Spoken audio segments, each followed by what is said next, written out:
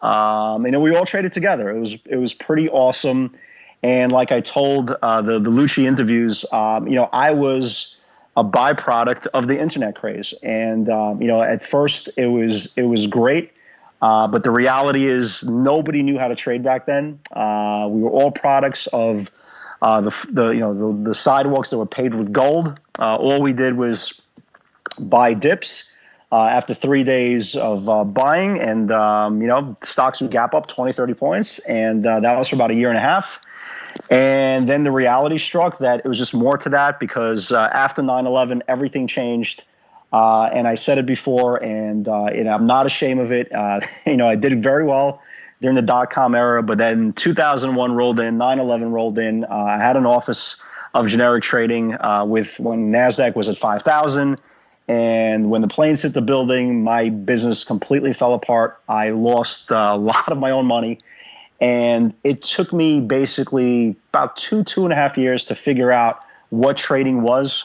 And I didn't make money for 2 years. And that's the reality. I didn't make any money for 2 years. And the one conversation you never want to have with your spouse, I'm sure a lot of your listeners will really appreciate this. That conversation. Well, Dan, you did all right. You did all right during the internet craze. It's 2 years later. You haven't taken home a single check. It's time to do something else for a living. You know what I'm saying? And when you're a trader and you hear that and you had some pretty decent success, the last thing you want to have is that conversation, because reality really kicks in. I mean, the reality really kicks in.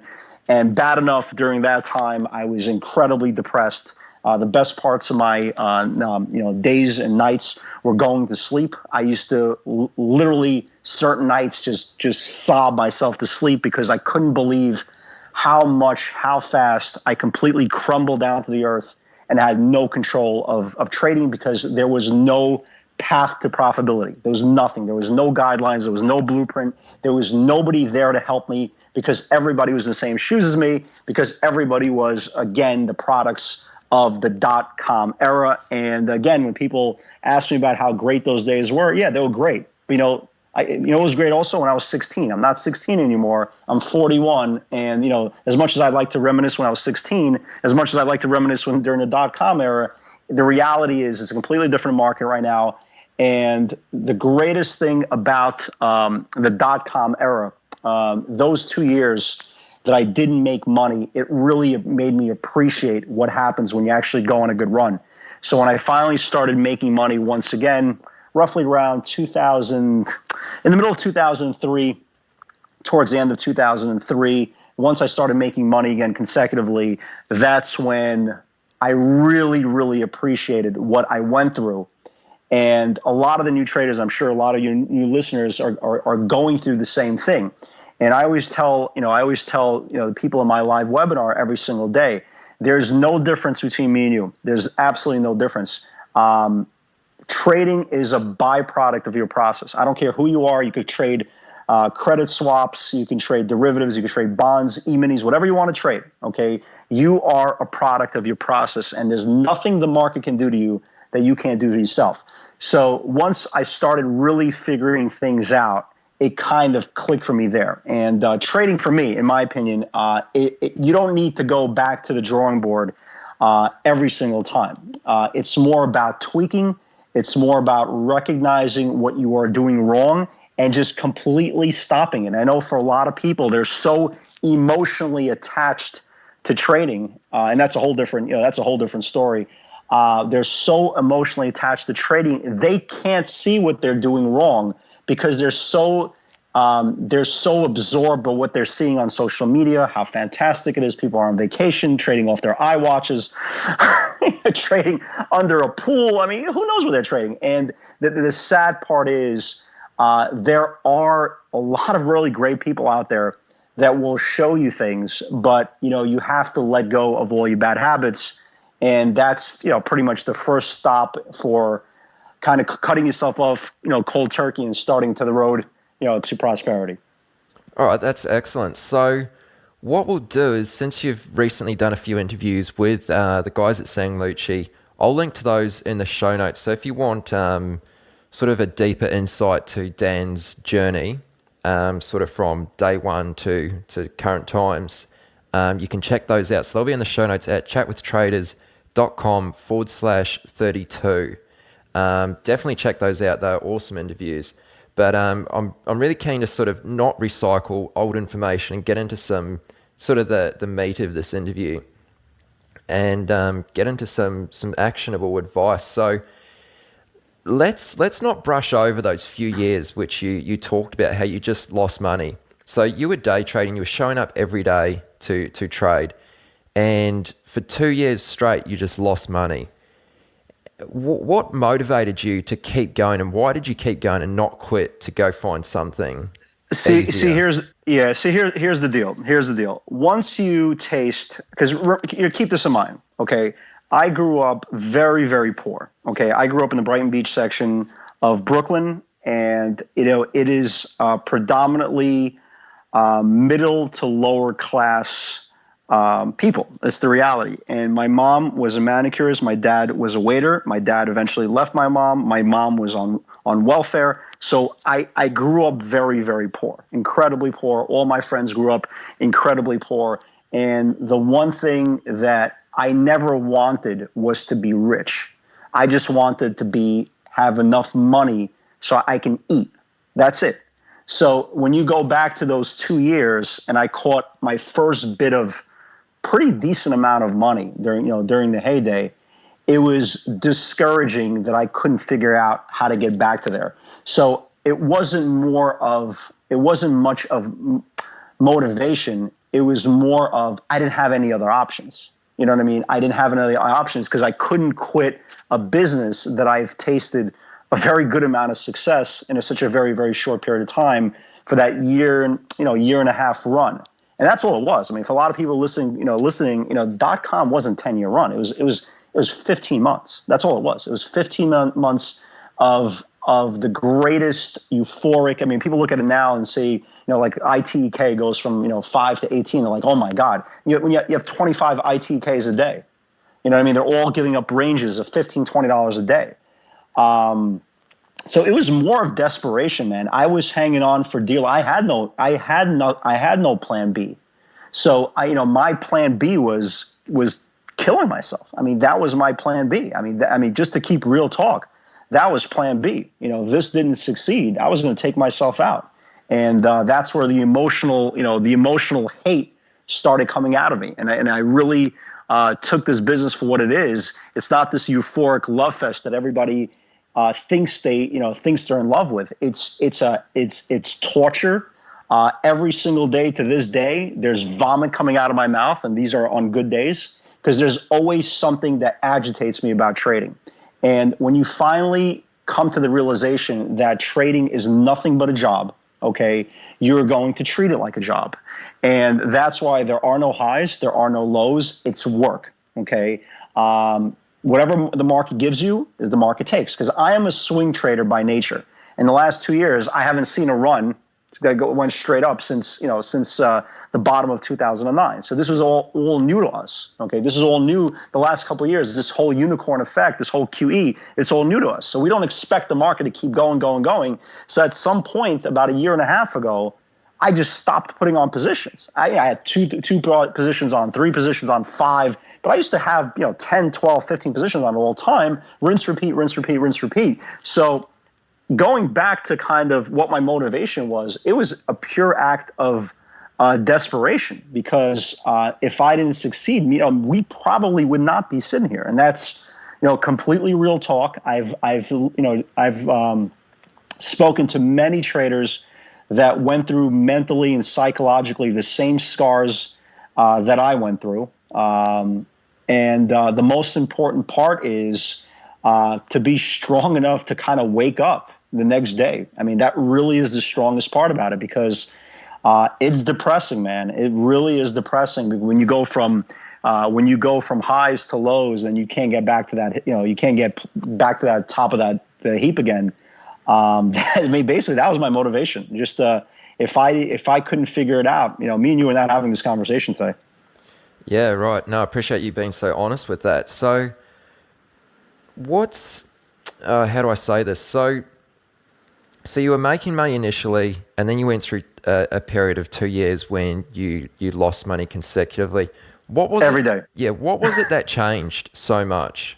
Well, first of all, it was that kind of wake up call by my wife, and she's like, "Listen, you got to get a real job. We have bills. The bank account is depleting. So you got to get your stuff together." And one night I remember I just opened up my I forgot what system I was using before. Was it Reuters or whatever the hell it was? And I just started looking at charts, just thousands of charts. And I wanted to figure out, what am I doing wrong? What am I not seeing? Where's the correlation? Where is the advantage? Where's my edge? Where's the ability to find something and hone a process and absorb a process that can get me, forget about to where it was 99, to get me where I can make $100, okay? Take home that check $100. Because people ask me all the time, how do I make $5,000 a day? How do I make 10 grand a day? How do I make 20 grand a day? And my answer is always the same. You have to figure out how to make $100 a day first. Okay. So my goal was figure out a process, figure out the process, figure out in the charts, okay, what is going to be there that I can make $100. That's it. Where can I make $100? And we'll go from there. So I started looking at a bunch of charts, and I started back testing thousands and thousands of charts.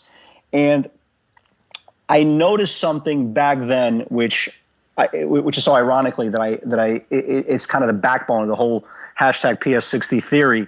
I noticed that stocks, and I didn't use the word supply back then or demand back there, but I noticed stocks used to trade in intervals. Okay, just like climbing upstairs. So, if you're going to go to the top of the Empire State Building, you're not going to jump from step 1 to step 15. You're going to go step 1, step 2, and you're going to stop, take a breath, right? Step 3, step 4, take a breath because you're tired. On and on and on and on. And I started looking at all these things that I heard people talk about. Moving average. Well, what the hell is a moving average? I used to buy .com. If Yahoo went from 260 to 220 in 3 days, I buy it at 220. Henry Blodgett would upgrade it with Merrill Lynch, and this thing would be 250 the next day, 260 the next day. So there was no such thing as technical analysis. So I started looking at all these things. So what are these moving averages? What are they? What is this? Why are people using these things? And I put it on my charts, which I never used before. Again, it was.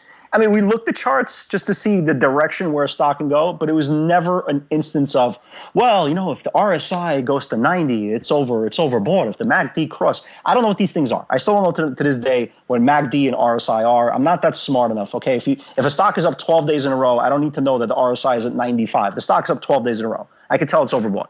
So back then, it was more of, let me figure out what these things mean. Okay. And what I started noticing were that stocks go, and again, I didn't use the word supply back then, but I started noticing that stocks go from supply to supply, which we use in modern day now, and stocks go from demand to demand. And the only way they ever have a clear path to the goal line is if all these moving averages, all these supply zones, all these linear regression lines, all these Bollinger Bands are out of the equation. Other than that, they are all stocks that are trading within ranges. And people hear that all the time. Stocks are trading within ranges. The problem is a lot of new traders can't tell the difference between a stock trading in a macro range within a micro channel or a stock that's naturally, organically coming out of a channel. And that's why you see a lot of stocks hit supply. You don't even realize it because, again, nobody's ever explained that to you. Hit supply, get rejected, bam, bam, you're out of your money again. Again, you sit back and you sit to yourself, well, I'm the dark cloud. Something, the evil bug is on me. Somebody is putting a voodoo doll on me. It's not that. It's just, again, majority of stocks, they're not tradable. It's just the reality. Most of the stocks are not tradable. They all move, but they're not tradable. And the problem with most traders and most traders tell me is, number one, they have no patience. Number two, when you're a young trader, and it doesn't mean your age, you have pretty much no bank. Let's be honest. When you have, not everybody borrows money from loan sharks to trade. Okay, so normally you don't have any money. Normally you don't have any pain tolerance. Normally you don't have any technical education. What you see is on social media, which is 90% of it is all a gimmick. Let's be honest. I trade I'm trading 16 years. I've traded with some of the most phenomenal traders out there. And I know when they're struggling, when I'm struggling, I see some 22-year-old kid talking about he's hit the last 60 trades in the same market I'm trading for. It's comical, but it's okay. It's okay. I wish everybody the best. But the ironic part of trading for me and the whole mental cycle was trying to really desperately figure out what everything meant. Okay. And I just went countless hours, and then I figured out what the common denominator for stocks that were working and stocks weren't working. And what I came to find was there was an arbitrage, and that arbitrage turned out to be supply that was confirmed years later by a pivot, which I use now, and is confirmed on a 60-minute cycle, which has been kind of a godsend for me where we are present day. But yeah, man, that was I don't even remember what the question was, but mentally, man, that was it. I mean, that was that was a kind of a big deal for me at that time, out of pure desperation. Yeah, no, that's an excellent answer. And just while we're on that subject, and you were looking through these thousands of charts, day after day, what were you actually looking at? So if someone's listening and, they're, not yet profitable, they're still losing money most, let's just say months, struggling to find a way to exploit the market, and they go through looking at all these charts, what sort of things can they look at on these charts to try and find some common denominators that might lead them to profitable trades or help find an edge? Well, here's what kind of my open-ended question to everybody. Number one, and I talked about this on my original interview with Pete Lucci. Number one, you have to figure out who the hell you are. That's number one. Okay, you can't be somebody else, and that's why I believe all these alert services are probably the worst thing that can really curb the progress of a new trader. Okay, because they're looking at social media, and one guy is making everything look so phenomenal. So when they can't duplicate the results, again, emotions kind of kick in. But you have to figure out who you are. Okay, do you want to be a swing trader? Do you want to be a scalper? Do you want to trade E-minis? Do you want to trade options? Do you want to trade pairs? A lot of people trade pairs. They're very, very successful. Do you want to be a rebate trader? I know guys still to this day trade rebate, still do very, very well. What do you want to be? I mean, what do you want to be? And the magic answer to that question is there's nothing on a chart, okay, on a specific chart that is going to jump off the page and say, this is the right thing to do. Okay, there's nothing.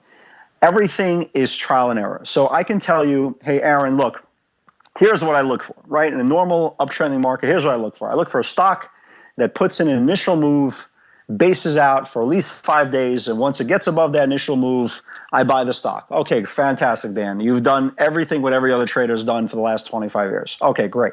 But here's the problem. When you look at a chart, okay, you're looking at a very gray area. You look at the top of the range, you look at the bottom of the range. In between, there's a lot of moving parts. There's a lot of gray areas, which I've discussed in nausea. There's thousands of moving parts within a little bubble. Okay, and the problem is you can't just look at a chart and say to yourself, well, if the stock breaks 25 because that's the high for the last 7 days, I'm going to buy it. Here's the problem.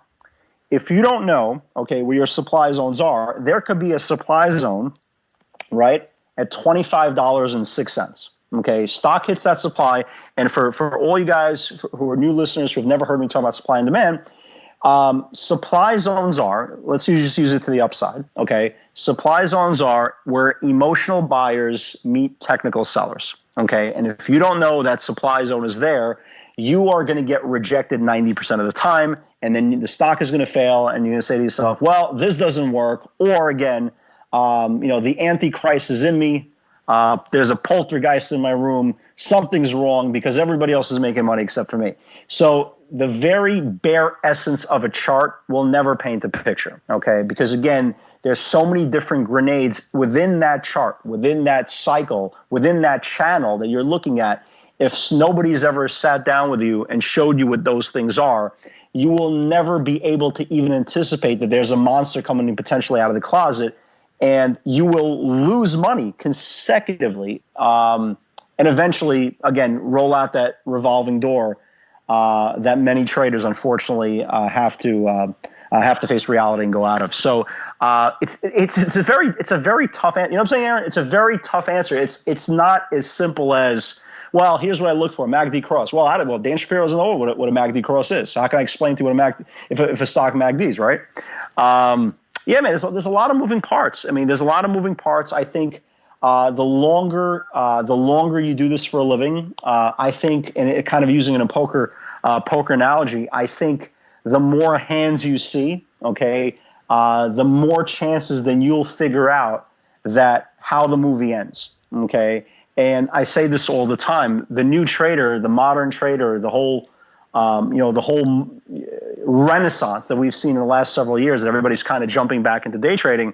The reality is they're not prepared. They're not prepared for all these moving parts. They're just not. It's just a scenario of looking at something black and white, and taking it for fair value. But with all these different scenarios that are out there with high frequencies and different hedge funds placing different. I can't. I don't want to go into that, but there's a lot of moving parts, and I think what a trader needs to do is watch a lot of hands, play a lot of hands, but play the premium hands. Okay, so not every single day is tradable. As my second interview with Meyer Hoffman, he said, this market, you can sit 2-3 days and not catch a wave, and on the fourth day, like the stars and the moon, everything aligns, and you'll make your X amount of dollars. So. It's a different tape, man. It's a different tape. It's for, it really is for responsible traders, responsible adults. You could be the nicest person in the world, and I say this all the time. This is the only business in the world that, you could want it bad enough. I hear it all the time. Do you want it bad enough? Yeah, you could want it as bad as you want. It doesn't translate into you being successful. It's like, I want to be 6'2", but if I don't put on, my wife's 4-inch heels, I won't be 6'2". So you can want it as bad as you want. The reality is, luck does play a big part of it. I'm not going to deny it. Being in the right place at the right time, gave me basically a couple of years that I bought my time. I basically bought my time. You have to look at premium setups once you figure out, who you are, what type of trader you want to be. And then you really have to avoid, shooting yourself in the foot. Because again, I say it all the time, there's nothing that somebody else can do to you that you can't do to yourself. And once you figure out what not to do, I think you'll be okay. And the most important part is it'll buy you time. It'll buy you shelf life to figure out where your specific edge is. Okay, I really like that. That's an awesome answer, Dan. So, are you ready to get serious about options trading? Then join Tasty Trade, Investopedia's best platform for options trading 2026. Stocks, options, futures, and more. Tasty Trade has everything you trade, all in one platform. Get low commissions, including a $10 cap per leg on options trades, so you can keep more of what you earn. Tasty Trade is packed with advanced charting tools, backtesting, a pre-built strategy selector, and more features to help you trade smarter. Manage your positions with speed and precision using Active Trader Mode, one-click trading, and smart order tracking. Plus, Tasty Trade's stellar trade desk team offers live support during trading hours if you need it. Join Tasty Trade today and earn a double commission rebate up to $3,000 total on your stock and ETF option trades for 30 days. Visit tastytrade.com/chat for more info. All applicable regulatory, exchange, and clearing fees still apply. Options involves risk and are not suitable for all investors. Learn more about Tasty Trade promo terms and conditions at tastytrade.com/double. Offer expires May 31st, 2026. Tasty Trade Incorporated is a registered broker-dealer and member of FINRA, NFA, and SIPC. Ever watch a stock rip and think, I could have nailed that if I had real capital? The truth is, many capable traders never reach their potential, not due to lack of skill, but lack of scale. Trade the Pool was built to solve exactly that. A firm designed for serious individuals who want access to the U.S. equity markets with meaningful buying power, up to $200,000 without committing their own capital. Get access to virtually every stock and ETF. Go long or short freely with the flexibility professional traders expect. You're evaluated on one thing: your ability to manage risk and execute with consistency. Meet the standard, and you trade at scale. No subscriptions, no ongoing commitments. Whether you're still refining your strategy, a trader with experience who hasn't yet broken through, or a seasoned professional simply looking for more capital, Trade the Pool is built to meet you where you are and take you that next step further. The markets have evolved, access has evolved. Now, so has the way traders operate within them. Trade the Pool. We've talked about how you lost money, throughout that 2-year period, in quite depth. So let's talk about how you go through losing periods these days. Sure, they're not quite as dramatic as 2 years at a time, but you still go through losing periods. I mean, everyone does. So how do you stay in, good spirits? How do you keep your head up through losing periods, and how do you break out of that? Yeah, that's a great question, Aaron. As we previously discussed, I get tons of emails all the time, and they're never asking me, well, what do you think about this chart? Again, what I think about a chart is irrelevant. The question always is, how do you make it through, man? How do you do it? How do you mentally stay afloat? And there's a great answer to that. Number one, and here's my advice. Number one, guys, turn off your P&L. Turn it off. Turn it off. I don't even know where my P&L box is on my platform. Turn it off. And the reason why you have to turn off your P&L is, number one, this whole business is all emotion versus reality, right? The more you're emotionally committed to a trade, the more chances than not you're going to completely mistrade it, and everything you do in this trade is wrong, and then everything is going to happen after the trade is over is probably going to make you angrier and angrier, because eventually the trade will probably work out your way, okay? So the first thing to do is turn off your P&L, okay? Number one, and here's kind of relevant advice here. Also, you want to turn off your P&L because if you're having a good day, and I hear this all the time, Dan, I have a $30,000 account, okay? What should be my goal for the day?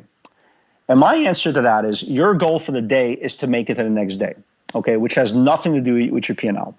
And what happens is, when you're trading well, okay, if you look at your P&L and you say to yourself, well, my goal is $1,000 for the day, okay, and you hit your goal within the first hour or so, and then I know a lot of traders, they'll shut off their day, right? They'll completely shut off their day and they'll leave. Here's the problem. The day that you can make their 1,000, 2,000, 3,000, $5,000, whatever it is, whatever interval you trade, whatever tier size you trade, the day you can make that money really, really quickly, you don't realize it, but you're playing a premium hand. You're playing the kings, you're playing the jacks, you're playing the aces, you're playing the queens, okay? So that day is turning out to be a premium hand. And what you're doing is, you're taking a pair of aces and you're putting in a bet of $50. That's basically what you're doing. And you're telling the guy on the other that's playing against you, I'm all in for $50. And once you hit that pot, you say to yourself, okay, I'm done for the day. So you're losing out on a premium hand. Every professional trader will tell you, what we're looking for is premium. We're looking for those pocket aces. Okay, so the day that you can make $2, $3, $4, $5,000 for the first 30 minutes, 45 minutes, you're in a very, very bullish scenario, playing a premium hand. So the last thing you want to do is say to yourself, well, I'm up $1,000 for the day, I'm done. And you don't realize that $1,000 could turn into 3,000, could turn into 6,000, could turn into 10,000, because you're riding that euphoric hand. You're riding those pocket aces. And I don't care how misguided you are, everybody eventually plays pocket aces. And the most important part is, if you remove the P&L box, those pocket aces really turn out to something. On the way down, it's even more important to turn off your P&L. I already know on my tier size, and let's just use any example. Let's just use 1,000 share lots. Just make it easier. I already understand, if I'm putting on a trade and the stock goes $1 against me, I know mentally. I mean, I know I can do the math. Put on 1,000 shares, down a point, you're down $1,000. Okay, but mentally, if you see it, visually, if you see it, that 1,000 turns into 100. Might as well turn into 100,000, because your next trade, you don't want to get down 1,200. You don't want to get down 1,500. So what you're going to do is, you're going to trade the P&L and not trade the setup. Okay, so you could be looking at a 5-star setup. A stock comes out of a 2-month range, comes out, takes a 20-30 cent spike, comes back into your, comes back into your entry, goes down 10-15 cents. You're already down $1,000. You're mentally already distraught. You sell the position at a 10-15 cent loss. Next thing you know, 35 seconds later, the stock's at the highs of the day. So you're mentally already destroyed. You're done. You're done. Once you're trading your P&L instead of the setup, you might as well wrap it up for the day, because nothing good is ever going to happen when you're trading the P&L. And the more deeper and deeper you get into the day, the more erratic mistakes you're doing, the more eager you are, the more if you're a man, the more testosterone levels are rising, okay? And all you're doing is committing further and further into emotionally protecting your P&L and not trading the setup the proper way. So that's my first tip. Everybody goes through slumps, okay? Everybody goes through slumps. I had a week 2 months ago, okay? 2 months ago, I went from having one of my top 3 biggest weeks the prior week to just not getting anything going. I mean, I went through Monday through Thursday.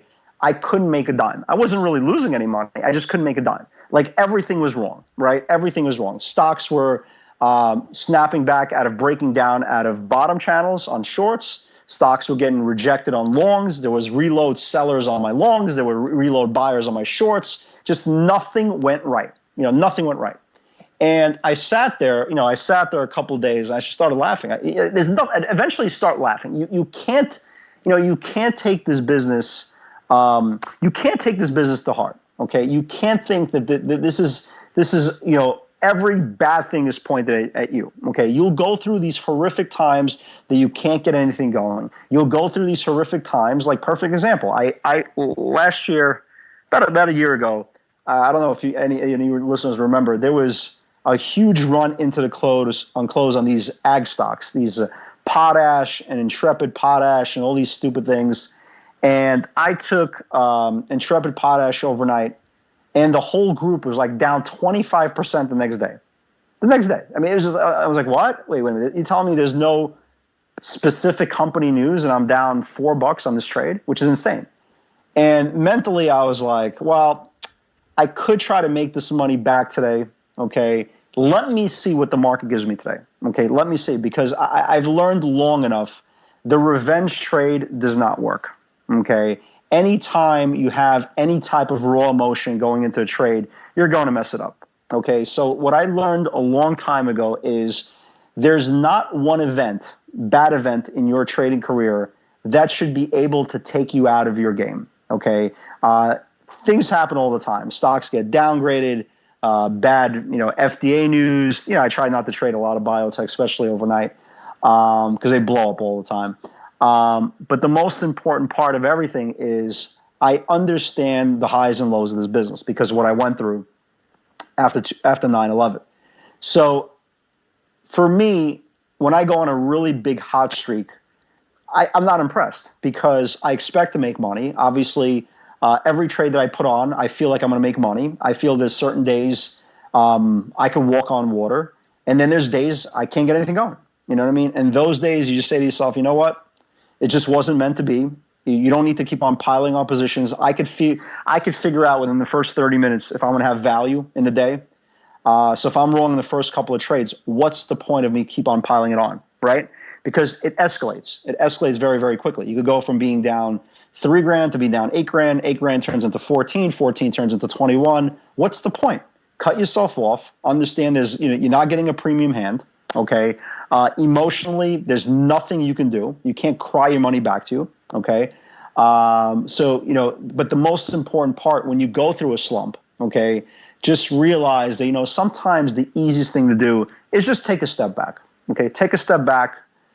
Just watch the market. Watch the order flow. Sometimes order flow won't translate into what's going on the surface. It just won't, because order flow most of the time will not be organic. Okay, and that's where social media, that a lot of these people, tout and hype these stocks for everybody to jump in, all that stuff.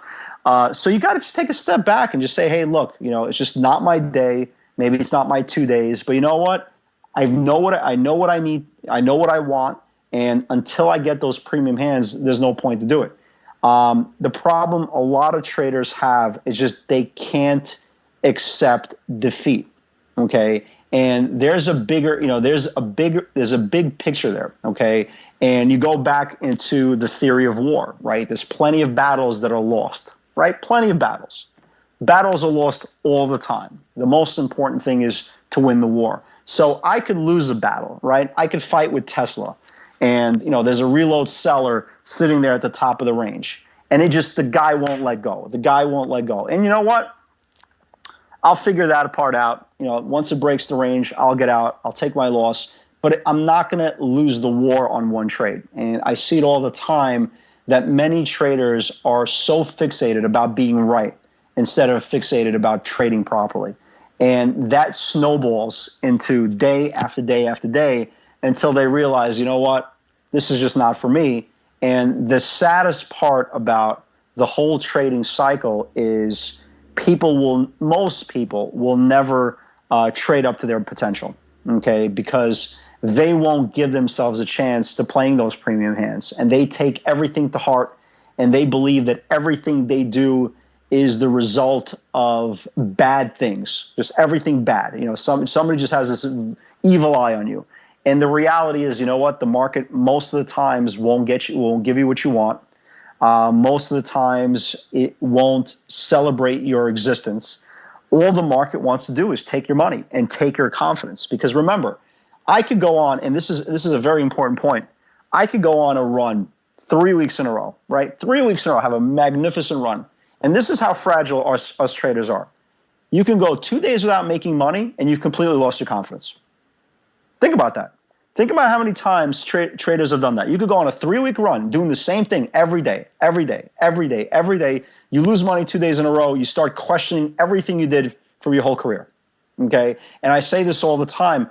You don't lose your confidence. It gets transferred to another trader, okay? It gets transferred to another trader, okay? Because you can't lose something that is obviously shown you promise or prosperity in the past. You're just a product of what's happening in the moment. And just sometimes we can't control what we see in the markets. So instead of snowballing it, letting it go out 2, 3, 5 days, take a step back. Do something nice for yourself, okay? Get a massage, okay? Go to the beach, go to the pool, go to the sauna. Do something nice for yourself, okay? And when you clear your head, you come back, just watch the order flow. Is it telling you the same thing that it told you 2 weeks ago? Is it telling you the same thing, that it told you 2 days ago? What's different about this tape today that wasn't different from a week ago? Okay, and little by little, when you take the step back, you finally kind of see it in a weird way. You kind of see it. And once you see it, you can start making adjustments. And remember, at the end of the day, everything we do is all adjustments. It's one big adjustment, because I say this all the time. The stock market has been around God knows how long. What was it, 1887, 1897, whatever it was? But trading, the art of physically trading for yourself, is less than 25 years old. Okay, so we are all still looking for answers. Think about that. We're all looking for answers. Everybody's in the same boat. The market changes all the time. The nuances changes all the time. Technology is changing by the second. Okay, chart patterns get obsolete. Strategies go away. Okay, so we're all in the same boat, man. We're all looking for that next edge. The problem is most traders are fixated on what they think is the right thing to do. And I say it all the time. If 90% of the traders are losing money, why would you be in the same boat as them, right? Why would you be looking at the same thing? Why would you be looking at the same indicator, in the same studies, in the same matter, hell, in the same stocks? So slumps are controllable, okay, for most of my friends. Like I don't hear anymore any of my buddies for years that are going through something more than like a month. Like you can have a bad month. I mean, I mean, knock on wood, I've been doing pretty well for the last several years. But it's very common that you can go on a big run and then just things don't work. It just happens. And I think mentally you just have to get away. Go on vacation, take a couple of days off, go to the Hamptons. It's summertime. Take your kids to the park. Do something. Do something that's for you, that has nothing to do with bids and offers. Get mentally centered, man. And I tell people all the time, like, I used to listen to music every single day. Certain days I want to be depressed. Sometimes I trade better when I'm angry. So I'll listen to Sade. And that woman gets me depressed as hell, right? Can you imagine listening to Sade before the bell rings, right? Some woman in Somalia with no shoes. My God, man. I don't want to hear this, but, it gets me depressed. And sometimes I trade better when I'm angry. Some people, do yoga, meditate, right? Take Pilates, go for a run. Do something that mentally is going to make you happy. And slumps are there. They're part of the business. It's the cost of doing business. But at the end of the day, everybody goes through it, okay? Everybody absorbs them eventually, but they embrace them at the same time because it makes you go through your adjustments. And again, at the end of the day, the modern day trader or the modern trader in general is just one adjustment away from being from not being profitable to being profitable. And once you get that one edge, you ride it until it stops working. Absolutely. No, that's an awesome answer, Dan. Thanks for really, really going deep on that. That was really cool. So I'm keen to ask you about another topic, slightly different from what we've covered already, and that would be routine. How important is routine on a trading day? Do you have a routine that you follow? Yeah, I have, absolutely. Here's the deal, kind of putting how, generally how I look at a day. Well, number one, when there's a uptrending market, I don't even want to day trade. I couldn't care less about day trading. Day trading for me is subsidized cash flow. That's all it is. I make my money as a swing trader when there's a trending market, there's defined ranges, everything is moving in a direction. So for me, just managing my book is the most important part. That's it. I don't care about day trading. It doesn't make a difference to me. There's scalp, Apple, Google, it's irrelevant. My core positions are my core positions. I trade around them. When they're down, I try to protect them. But in a market like this, which I believe right now is a phenomenal cash flow market, I think the ranges have been just phenomenal. I think the consolidation of these ranges have been great. My routine every day, every single day is, number one, I used to hear this, and I think a lot of traders hear this also. There's an old adage, and it says that dumb money trades in the morning and smart money trades in the afternoon. And I used to sit there and I said to myself, well, that doesn't make sense to me because I trade in the morning. And again, as I joke around all the time, I might be the self-proclaimed king of the idiots, but I'm not stupid. So by somebody telling me that the dumb money trades in the morning, I didn't understand that. Okay, I didn't understand that. But if you break that down, if you break down that statement, think about this. There's two kinds of people, there's two kinds of traders. The one that was profitable the day before and the one that lost money, right? There's nothing in between. You either lost money or you made money, okay? So the psychology behind this is the guy who made money can't wait, right? You see her all the time. Ooh, I can't wait for the next day. Again, which is completely ridiculous. But that person, okay, is already emotionally committed because he or she feels that they've turned the corner, right? They turned the corner and they're waiting for day two to start trading, start putting together a winning streak. The trader who lost money is waking up and say, well, it's a new day. Forget about what happened. It's time to redeem myself, baby, right? Today's turnaround Tuesday, right? Today's turnaround Tuesday. Today's the day. So they're gung-ho. This is good. This goes for a lot of new traders, a lot of young traders, a lot of young men as well. You got your juices flowing. Again, your testosterone is off the charts. 9:30 rings. You are ready to jump out of your shoes, right? That damn opening bell rings. You're ready to go. So the emotional money always flows in the first 3 hours of the day, okay? One guy is playing catch-up. One guy is trying to increase or add on to what he did the next day.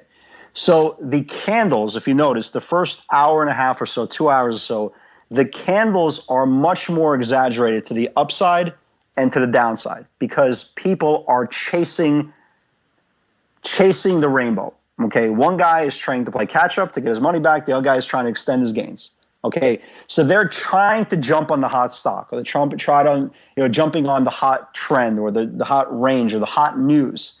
And the biggest exaggerated moves are for the first 3 hours. So I try to, if I'm trading cash flow, number one, I already have an idea what I want to do. I already have an idea from the night before. If I'm trading G Pro, if I'm trading Apple, if I'm trading the IWM, like for example, tonight, I already have a specific plan, course of action for tomorrow. So if we gap down tomorrow, right, and the market starts going red to green, look, I want to buy SPYs, I want to buy IWM. So I already have a course of action.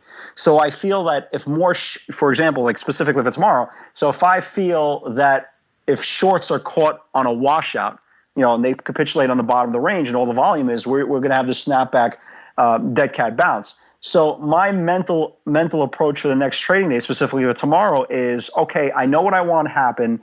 And if the dumb money, right, if the dumb money, as we were all taught that the dumb money trades in the morning, if the dumb money starts chasing that specific course of action, everything should be fine.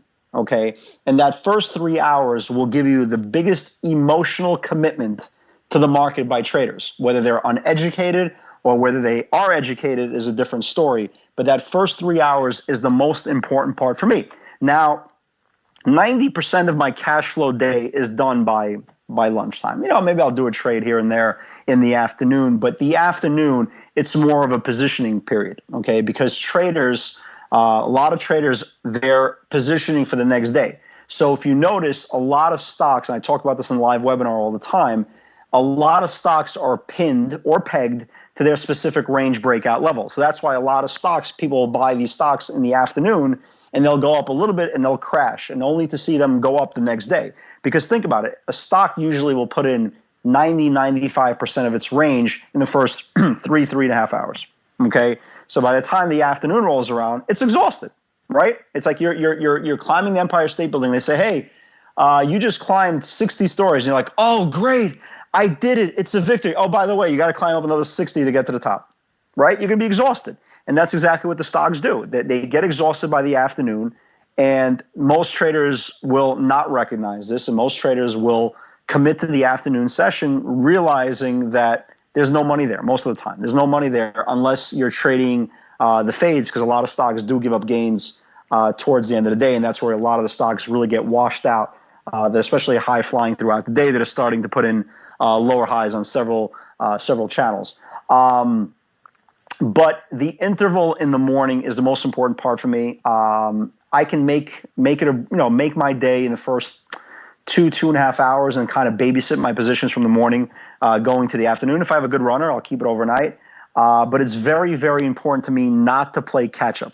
Okay, because if you miss your window, like if I miss my window in the morning, knowing that the biggest emotional commitment is in the morning, I don't play catch up. I don't need to play catch up in the afternoon. I don't need to see my P&L green for the day, because you know what, tomorrow's the next day. Tomorrow's another day, and if I get the premium hand the following day, then fine. I mean, what premium can I possibly expect if I miss my first 3.5 hour window, 3 hour window? Where's my premium in the afternoon, right? If I know everything's getting pegged, where's the premium in the afternoon? There is none. You go from playing premium cards to playing the 2-9 offsuit again, and most free traders just don't know that. So routine is a very, very important part. Some people love trading pre-market. Somebody loves trading aftermarket. For me, I look at it and say, look, if I can't make money for 7 hours in the day, what the hell is the point of me trading for another 3 hours? Okay, I have young kids. I'd rather spend my time with them. So a routine is very, very important. I think you can't compromise your process. I think you can't prostitute your account, okay, and put it to the fire.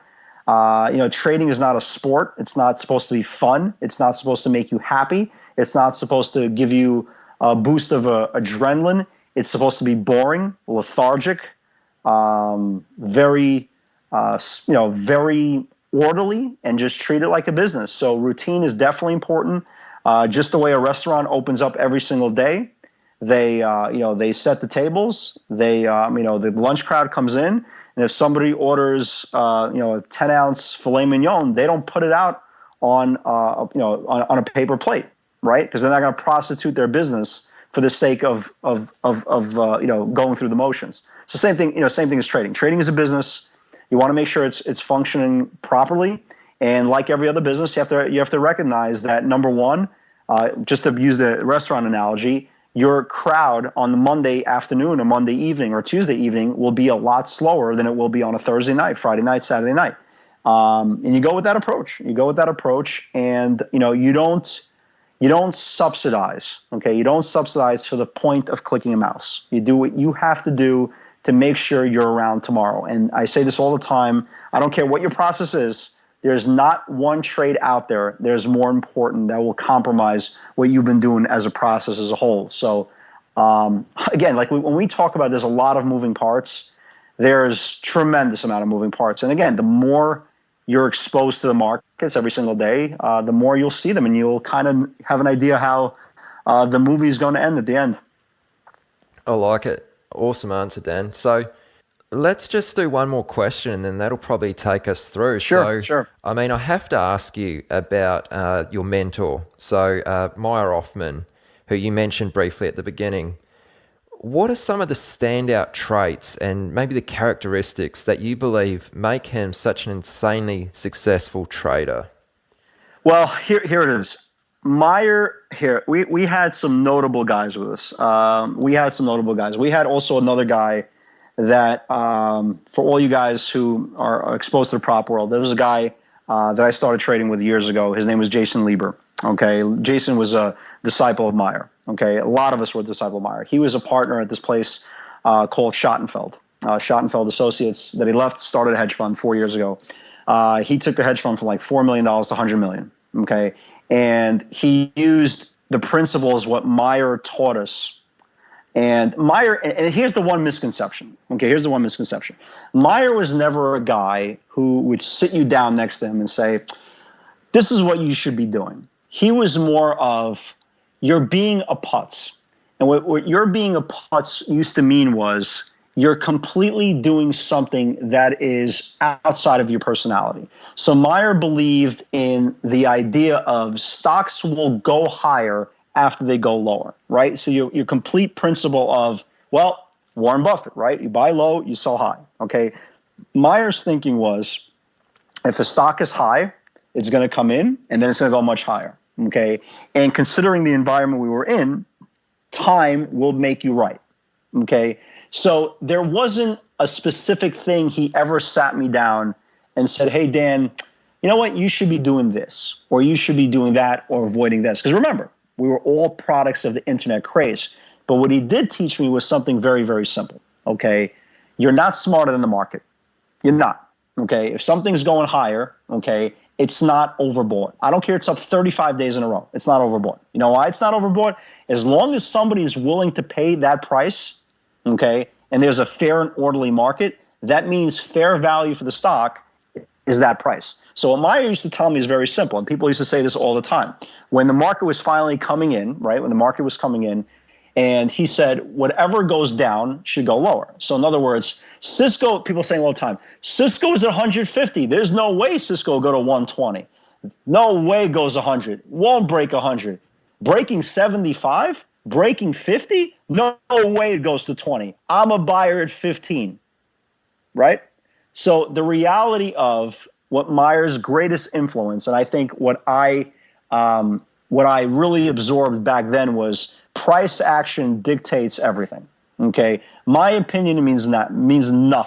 Means absolutely nothing. I could look at a chart. I could grab all the data. I could analyze it 12 ways through Friday. Okay, my opinion doesn't matter. If price action is saying something that's different than my thesis, then price action is the king. And I am not smarter than price action. As my wife says all the time, you're an idiot. You don't know anything, right? I don't know how to do anything. I would have to pay 3 people to screw in a light bulb, okay? But I did figure out this game a long time ago. And the greatest gift that Meyer taught me was that don't fight price action. Forget about the trend. Don't fight price action, okay? Price action is everything. Bad news comes out. The market absorbs it, takes it higher. Don't think about it. The market is screaming at you that they're embracing bad news. That's bullish. Good news comes out. The market is embracing it as bad news. don't try to fight it. Okay, don't try to analyze a headline. If people are selling a headline, that means they're selling the headline. That means the stock goes lower. So don't overanalyze. Be proactive. Whether that's sitting on the sidelines, that's up to you. Because I see it all the time now in this specific tape. Well, you got to be patient. Every day you got to be patient, right? The biggest bull markets, you got to be patient. Oh, you got to sit on your hands. Why? Why? Sitting on your hands is for lack of process, right? Lack of strategies. And that's why there's a big difference between what a stock picker is and what a professional trader is. And there's nothing wrong with being a stock picker. If you're a long bias guy, this is probably not the market for you. But there's nothing wrong with it. But at least proactive. Be proactive about it. Own up to it. Say, you know what? This is just not for me. And there'll be an easier day down the road. But price action is king. Meyer was a phenomenal trader. Phenomenal. I mean, he would be managing 30, 50 stocks at a time. His P&L would be up, $1 million here, $1 million there for the day. It'd be insane. And I used to, to be all honest, I used to get depressed looking at it because, you see $1 million, you're trying to get back and you're up like 20, 30 grand, and, which is, again, nobody's complaining. But when you start making decent money, and then you obviously get to the pinnacle of your session, when you see a guy making $1 million, it depressed you. It never motivated me. It depressed the crap out of me. Holy crap! How's this guy making $1 million a day? Not every day, obviously, but he used to go on these runs, and he was awesome. He was awesome. Again, a lot of us were disciples from his tree. Listen, again, I've never been embarrassed to say that I was fortunate enough to be a byproduct of the internet craze. But the sad reality is I went through so much mentally, emotionally, that scarred me for many, many years. And the ironic part of it is I started trading in the end of '98, start of '99, but I became a trader roughly around 2004, middle of 2003, 2004. So it's not easy, guys. It's not easy by no stretch of the imagination. But the one piece of advice I will give to you, if you are committed to this business, turn off social media, read good blogs. I'm not talking about some 19-year-old kid that made $3,000. Read, and there's nothing wrong with that. I encourage young traders. If I started trading at 19, man, it would have been great. I'm so jealous of these young kids, 19, 20, 21 years old. They're making all this money, and it's phenomenal. But read depth. Read what veteran traders have done. Guys like Barton Biggs and guys like what's that guy's name? Man, a lot of these older guys. Anyway, I'm skipping. It's getting late in the evening. I'm skipping a lot of names. But just read what people have gone through. Read their experiences, and not the good experiences. Nobody cares about the good experiences. Read what people have gone through. Personal lives. Every trader I know has blown out. Every trader I know. Meyer blew out 3-4 years ago from First New York. I mean, it's the reality. Everybody knows it. So everybody blows out. Everybody has rough patches in their life. You have to have good people around you. No leeches, no bloodsuckers, no yes men, no salesmen. Really understand the nuances of this business. Try new things. I hear people all the time, well, I'm only an option trader. I don't believe in equities. Well, but you trade weekly options. Yes. Well, you do realize weekly options 75% expire worthless. Well, I didn't know that. Well, yeah, they do. Try to expose yourself to different things. Try to trade options. Try to trade E-minis if you can. Try to trade small caps, mid caps, large caps, high beta, ETFs, which I'm a very, very big believer of. Haven't really traded too much ETFs in the last couple of months, but try everything. And if you want it bad enough, sometimes it's just not good enough. It's the reality, man. I never sell dreams. I only talk reality. You can want it as bad as you want. You could be the nicest human being, but you really commit yourself to omitting all the bad things that you're doing to yourself day in, day out. And if you have a good mentor or somebody that you respect, just keep asking questions, keep on spamming them, keep on annoying them until you get it right, man. And again, you don't need to be right. You don't need to be good on everything. You just need to be good at a few things. And this market's changing. I try to tweak every single day. Like I've developed this PS60 theory. Nobody trades it but me. I stumbled onto a couple of rough days, and by accident, I just saw something. I saw an arbitrage in the charts that I'm using to this day, and it works pretty well. But stay up, man. Stay up. Don't think you're alone, man. Don't think you're alone. Guys, we're all products of bravado, and we want to show. We want to show how strong and manly we are, and I'd like to present that in front of my kids. But sometimes, man, we're all human beings. We laugh, we cry, we have our bad days mentally. We just sometimes don't want to put up with anything. And those days are what makes us us. Those are the days that makes us human beings. Forget about being traders. So, if it's meant to be, I mean, that's the cruel reality. If it's meant to be, it's going to be. But don't shoot yourself in the process. That's the most important thing. Wait for premium setups, wait for premium hands. No matter how you trade, get that green light, man. Get that wind at your back. And when you get it, you got to push really hard, because it doesn't last long. Okay. And stay up, guys. You'll be all right. You'll be all right. For all you new guys, just keep studying, keep learning, filter out the noise, keep asking questions. And I think you'll be all right. Absolutely. Yeah. You hit on a ton of great points there, and a ton of great points throughout the whole interview. So Dan, this has been really, really great. Thanks again for coming on, and I really appreciate it. And Aaron, it's a pleasure, man. Thank you very much for having me. No trouble whatsoever. So before you go, can you share with listeners where they can go to find out more about you, and also how they can connect with you? Yeah, I'm on Twitter. I'm on Twitter and StockTwits at DanShep55. If anybody ever needs to reach me, you can just email me at accessatrader@yahoo.com. I don't dwell on Access a Trader because, just like everything else, it's just one cog in my. I run a 7-hour live webinar. I don't market the damn thing because, again, if you haven't figured out what I do by now, who I am, and the people that I deal with every single day, then you just don't get it. I think more people are impressed about the wrong things, about the bright lights. And I say it all the time, when people come to New York, they're attracted by Times Square, but the rich people don't live in Times Square. Okay, the rich people live on the Upper East Side, Central Park, and all that stuff. So, you can get in touch with me. I'm pretty accessible, hence the name Access a Trader. We do run a live 7-hour webinar, which we go through live scenarios every single day. Everything is laid out in front of you. There's no trick photography. There's no editing. We have a great group of human beings, a lot of older people who really get it, a lot of people who get it. And, it's a cool place. It's a cool place. And it started out as a kind of a hobby 4.5 years ago, actually turned into a business. And like all my endeavors, I try to make sure I don't prostitute the product for anything. So feel free to check us out. But again, I don't market it a lot, and everybody knows where we are.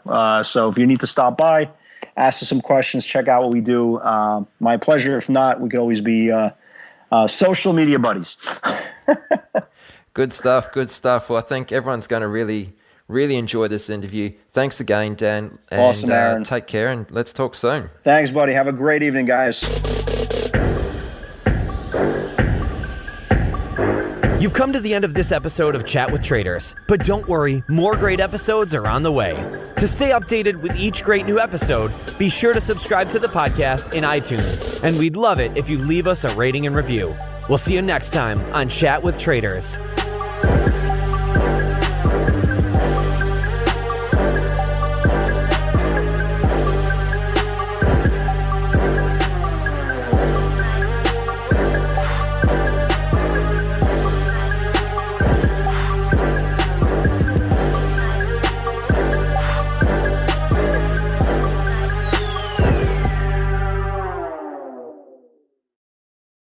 What would your trading look like if capital wasn't the constraint? That's the reality for most traders. It's not skill holding them back, it's size. Trade the Pool changes that. Step into the U.S. equity markets with up to $200,000 in buying power without committing your own capital. Full access to stocks and ETFs, long or short, executed with the precision and freedom serious traders expect. Your performance is measured by one standard: disciplined risk management and consistent execution. Meet that standard and you operate at scale. No subscriptions, no ongoing obligations, just a clear path forward.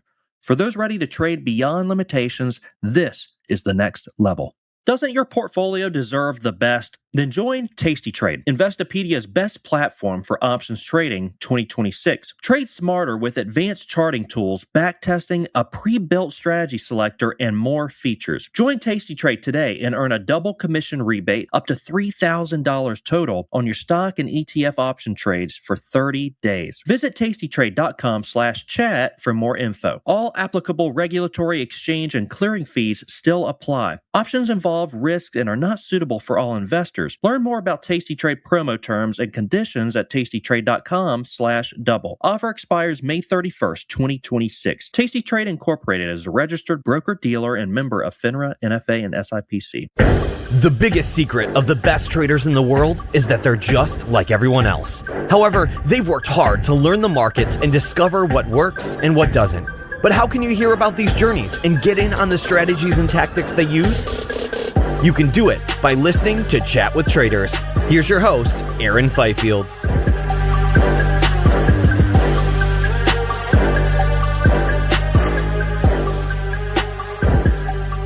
Guys, what's going on? Welcome to the 33rd episode of the Chat with Traders podcast. Thank you very much for tuning in. I'm your host, Aaron Fifield. Now, this week, our guest is an equities trader from Southampton, UK. His name is Chris Xauusd, and his journey to becoming a trader kicked off roughly 7 years ago after his interest in markets was piqued from reading through a book about stocks. While these days Chris has found his edge, he did spin his wheels for several years to begin with and also managed to run several accounts into the ground. During this time, one of the greater turning points came when Chris found another trader who was willing to pass down his experience and offer him some much needed guidance. And as we all understand, to have a mentor on your side is extremely valuable. So I asked Chris a number of questions around this subject, which I'm hoping you may find helpful. We also discussed the importance of repetition in your learning, how to build discipline, and also touch on some mindset challenges that can be early roadblocks for developing traders. I feel like many of you listening will find Chris's story to be relatable, and I'm pretty sure you'll take away a few important lessons from this interview. So let's get into it. I'm Aaron Fifield, and here is this week's guest, Chris Xauusd.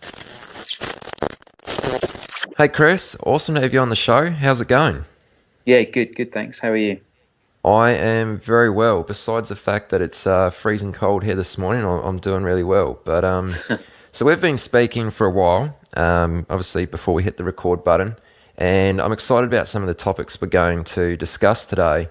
Some of those topics being mentorship and psychology. Mm-hmm. The psychology is something you've really emphasized, so I'm keen to hear more about this. But first of all, we want to hear about you and where your trading journey began. So I guess my first question would be, what were you doing prior to trading and what inspired you to turn to the markets?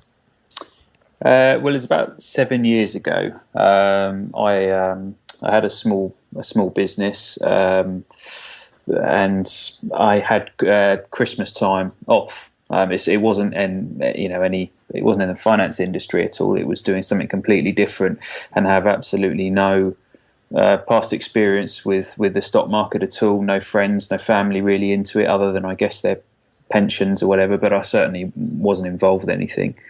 And just one Christmas, I had some time off. I went into a bookshop and I saw a book on stocks. It was, a silly title of how anyone can make money or something. And I just bought it for fun. Started reading it, and it sounded quite interesting. So I opened up a demo account with a company. Saw a share, but bought it. forgot about it for a few days, and came back and found out that I was I don't know, £1,600 up or something, and figured that's not a bad way to live. I haven't done anything for a few days. So I kind of, finished reading that book and opened up an actual account and did exactly the same thing. Saw the exact same share drop. I put £500 in, bought it, and about 8 hours later, I got what I now know is a margin call. Anyway, I just closed it out and made a loss. Put another £500 in. Did the same thing with something else, and that was basically kind of my start. And from there, I then just kept buying books, kept trying to teach myself on the internet, and it just went on like that for a while. Kept kind of blowing up, but I didn't really realise what that was at the time. And it was probably a good few months down the line when I got a charting package, and again, at this point, I didn't know anybody who deals in shares at all, so I couldn't ask anybody at all. That kind of came later. So, like I said, I got this charting package, and once I learned how to use it, was kind of looking through it and started to see recurring things. And that it kind of took a long time to really kind of understand what I was seeing. But again, teaching myself, I kind of got eventually to the easiest way to describe it is just what the system was, which was it was buy a breakout and use a 480R stop and hold it for a long time, and it looks like you make money on it. That was basically what I saw, but I can describe that now because I know what it is. I didn't know then what it was, if that makes sense. It was just something that I saw within a lot of shares. So I guess really the path to that was just looking at lots and lots of charts. This thing had everything from US stocks to UK stocks, and all of them. So there were thousands and thousands of charts. So you really kind of got to learn, what charts look like, and again, like I said, what these patterns were that you see. And predominantly, it was trending. It was from bottom left to top right. That was what I was seeing. But how to trade it was I didn't really know at the time. And then I guess I stumbled across one of Michael Cavell's books, and I remember reading it, and I remember it made no sense to me whatsoever. The only thing I could really work out was that the charts looked the same, but I had no idea that there was this thing called trend following. And it was only when it was one of my aha moments when I kind of realised what it was, and I then started looking it up on the internet, and that was really when I started to kind of accelerate a lot. And then I found a mentor online, and he helped me out a lot with it. And he had his own system, which I tried to adopt, and probably couldn't really, wasn't mine. But ultimately, all that experience led to how I trade today, really. So that's kind of a brief history on it. Yeah, no, that's really good. So we're going to get into that a little bit deeper. So let's just sort of take it right back to the start when you sort of picked up a book. It was kind of random, started reading it, and shortly after you started, obviously you had your demo account, which you did well. You put live money on the line and lost it. I'm curious to know, what did your partner think of this at the time? Like, it was a little bit random, it was sort of something out of the blue that you hadn't really talked too much about before, and now you've just sort of started trading, and you've started losing money, $500 at a time. Like, it starts to add up. What did your partner make of this? Well, at the time, it wasn't a huge thing, because it wasn't a lot of money. Obviously, no one wants to lose $500, £500, wherever, but it wasn't big money that was losing, and also I didn't know what I was doing. And I think probably because I had the business, don't get me wrong, there wasn't loads of money coming in from that, but ultimately, I used to make decisions daily that I wouldn't consult anyone with. that was just the nature of what I did at the time. So I certainly wasn't putting in £500, and that was being used to pay the mortgage. Obviously, in hindsight, it's very easy to turn around and say, don't obviously get risk money that you can't afford to lose. But at the time, I didn't know that. And the same as if anyone else, starts in the same way, they won't realise what any form of money management is. So I guess in that sense, I was quite lucky. I'm quite lucky that I didn't go and put thousands and thousands of pounds in, thinking that I could have traded it up like I did with that just one trade at the beginning. So yeah, that was kind of fortunate. Yeah, I mean, that's a good point. So even then, when you did sort of run a few accounts into the ground, even though they weren't, big accounts, like you mentioned, that you were just sort of starting out small, what was it that sort of motivated you to keep pushing on? Like, why did you not go, this doesn't work, or this is too hard? What was it about it that sort of motivated you to keep going? Probably stubbornness. I'm quite competitive anyway, and I think it was that when you first start, I think you kind of start off with this idea that you can make a lot of money doing it.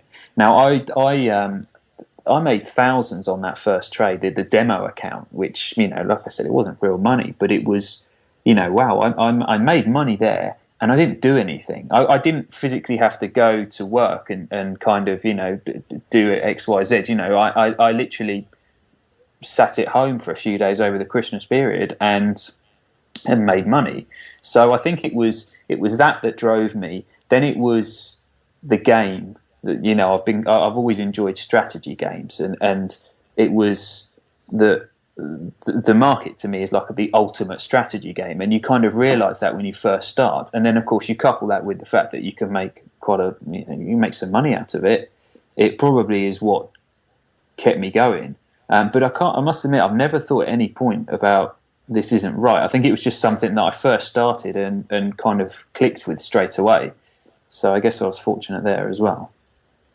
Okay, sure. So you mentioned that you, of course, read this book right at the start. Mm-hmm. Later on, you sort of read one of Michael Coville's books.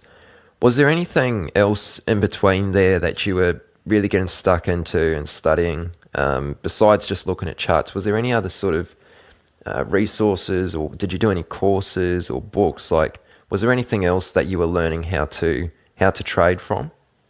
So I've got a ton of books, probably 100 trading books now, and I did used to buy quite a lot of them, but it was that none of them really made any sense at the start.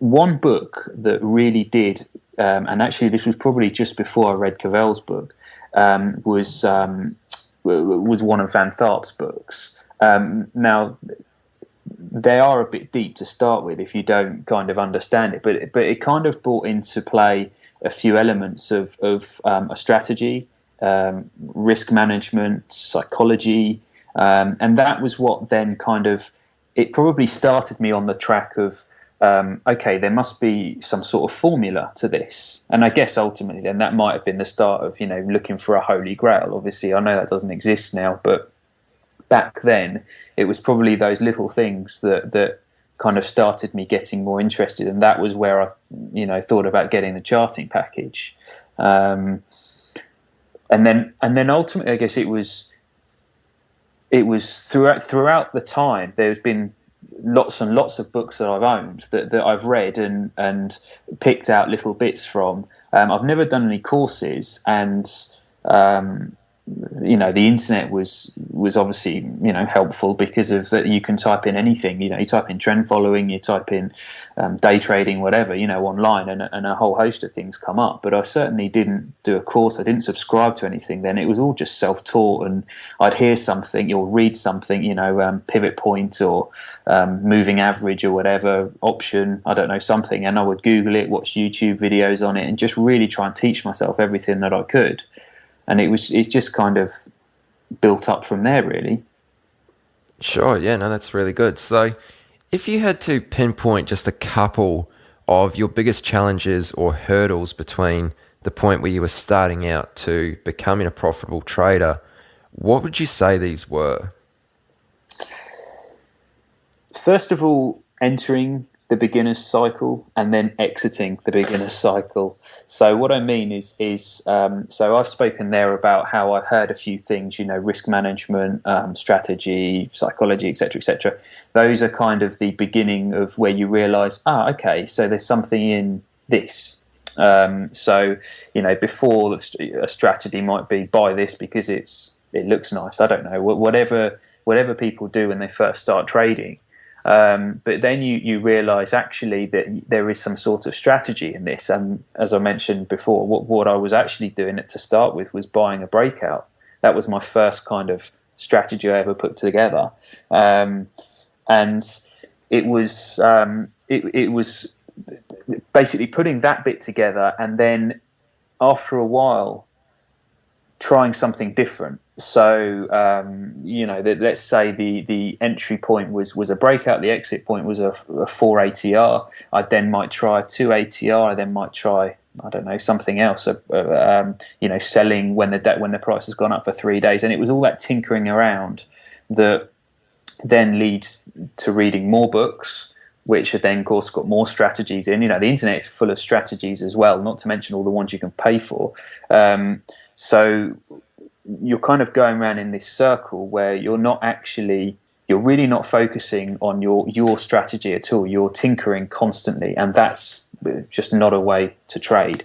And when you realize that I think is when you exit the beginner's cycle. That's when you really then start to focus on yourself. You start to focus on your strategy, and that's really, I think, that was when I started to become consistently profitable.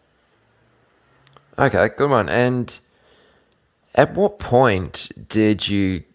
Well, first of all, let me ask: from when you started to when you became somewhat consistently profitable, how long was that time there? Maybe 4 years, 5 years, 4 years, I think. But like I say, I've been quite fortunate. I haven't lost a ton of money purely because I did have a few big winners to start with, and probably the one thing that I've always been just generally in life is that if things are too good to be true, they generally are. Now, anyone that can guarantee make you money all the time, you're very wary of those people, and I think it's been that's kind of constantly kept me going as well, because you can't make a lot of money with, we're talking like 100% gains in a day kind of thing. There's got to be a downside to that. And of course there is. That was just very, very bad money management. And I didn't realize that at the time. But it was that instead of getting euphoric and thinking, brilliant, I'm going to do this every day, I'm going to be a millionaire by the end of the year, I think I was more cautious and thinking, okay, well, I've made some money now, how have I done it? And I think it's constant reflection on what I was doing that probably kept me going. It probably kept me in the beginner's cycle a lot longer than I would have hoped for, because of everything I was doing. I was then reflecting on, and I might actually change something. And ultimately, I have ended up pretty much with a system that I very first started off with. Okay, excellent. So, in that case, at what point did you feel comfortable to focus your attention purely on trading and let go of the business? Well, I still do bits now for it, but I certainly more my trading is what I do on a daily basis. I've got a few interests elsewhere that I do as and when I can, but yeah, I rely on my trading. And I guess it was just when my account got big enough. I'm confident enough in what I do. I know it works, and now it really is just a case of continuing to do the process that I know works, if that makes sense. So I don't trade intraday or anything. I use end of day charts predominantly, and the daytime I spend either working on myself and how I think about the market, and reviewing what I've done, particularly reviewing trades. That was always something that I've been quite big on. I've always had two portfolios, and one is the real one, And the second one is one that I call discipline. And that is my make-believe one. That is, if I had done the trades like I was supposed to have done and didn't do anything wrong, that is where all the gains are in there. And that one, incidentally, is about 400% above the one, my real one. But that's what keeps me going. By looking in there, it was okay. That I can show you trades from several years, or really 3 or 4 years ago, where I might have sold on a dark day, when I really shouldn't have done, got scared out of a position, and it ultimately went on to be a huge winner. I've got lots of charts like that, and again with the word discipline written in the middle of them, so that kind of keeps me focused. Okay, I really like that. So you've got obviously your live account, which has funded real money in it, and then you've got, how does that other portfolio work? That's a demo account, is that right? Well, you can. So I've got several accounts with different brokers, and the chart package that I use, you can keep tracks of your portfolio in there.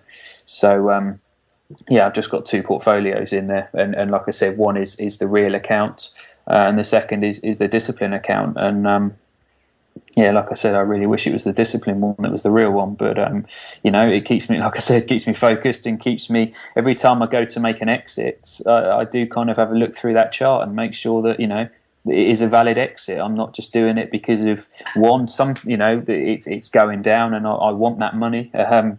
It needs to be the right exit. It needs to be part of my strategy. Otherwise, I've got to keep hold of it. That's what the plan says. The plan makes money. It's not me. It's the plan. So I've just got to stick to it. Got it. Okay, so it's a feature of the software. I really like that. That's such a really good idea. I appreciate you sharing that with us. Now, from the few things you've mentioned to me offline, I get the impression that repetition is a key ingredient to your development as a trader. So would you be able to shine some light on the importance of repetition to you, and how you continually go over and revisit material that you study over and over again? Well, see, I think with the internet being how it is, Twitter in particular, there is so much on Twitter that is really good. There's also so much on there that's utter nonsense. So you really need to kind of have a kind of very, very good noise filter. But I went into trading many years ago with a set of beliefs, whatever they were aren't important now. And the same as you will, and anyone else who's listening has got their beliefs about the markets, about however they trade. And when you read a book, when you talk to someone, whatever it is, you're ultimately you're gaining more information, and your beliefs might change. And I think that the repetition part is just kind of going back over everything that you've done. And whilst today you might, whoever you've been chatting to, or whatever you might read or watch on YouTube or whatever, might be conflicting to those beliefs, sometimes you need to just go back and look at everything you've done in the past and either discount what you've been told, or does it add any value to your portfolio? And this is where, like I said, my discipline portfolio comes in, because every day I look through it. Every morning I just go through it. When I'm, like I said, I don't trade throughout the day, so I'm quite fortunate that I get a lot of hours to really just work on my psychology and work on my my strategy, really. Or just look through that portfolio and see what does a good entry look like, what does a good exit look like, and deeper than that, what does a pullback look like? When it's quite easy, of course, when your portfolio sits at all-time highs, but what does it look like when you've had a 10% drawdown or something? How does that look on, let's say on this software package, it graphs your profits. So I like to go back and say, what does my chart look like when I'm in a drawdown, and see it. And then, of course, I fast forward it and I go, okay, so it looks like this now. And when it picks up again, it will look like this. And so it kind of reassures me that the drawdown isn't anything, to worry about. It's just part of the trading plan, or, part of the trading process, should I say. And I think that really helps, or it helps me anyway. Okay, sure. That's really good. So Let's move this along and get into some discussion about mentorship and the impact it's had on your trading. So, if you could start by telling us how you met your mentor and what actually motivated you in the first place to seek out a mentor. So, to start with, it was that I knew I was onto something with the charting software, and like I said, seeing what I was seeing, reading a few books, and I just didn't know how to put it all together. And that was when I was really just looking for it sounds quite sad actually, but I was looking for someone to talk to, because I don't know any traders. I do now, but back then I didn't. I just had a ton of books, some information, some charting software, and it was so much chaos that I was kind of, I didn't know if what I knew was the right thing to know, if that makes any sense. I just, if someone was there going, yeah, no, you're spot on there, but you should have a think about this and this, or whatever, it would have made things a lot easier instead of having to try and figure it out myself. So I knew that what I was interested in was trend following, so I Googled it and found my mentor online, and I sent him an email. I think we spoke on the phone actually for a long time, and he agreed to mentor me. He came down to see me, and he showed me his style. And this is probably where I'd say I made a mistake and probably extended my learning period by a good 6, 7, or 8 months or whatever, because I immediately kind of threw out the window what I'd been working on and adopted and tried to adopt his system. And it was then that I started tinkering around with things, and that was when, they say about, you find a system that suits, and that was really what I wasn't doing. I was playing around with his system, and so eventually I went back to what I was doing, and this was where I found the mentorship invaluable, was when I started explaining things to him like that, and instead of him kind of telling me, no, you're doing it wrong, he would ask other questions. So let's say he traded a breakout and I happened to buy on pullbacks. That's my favorite strategy.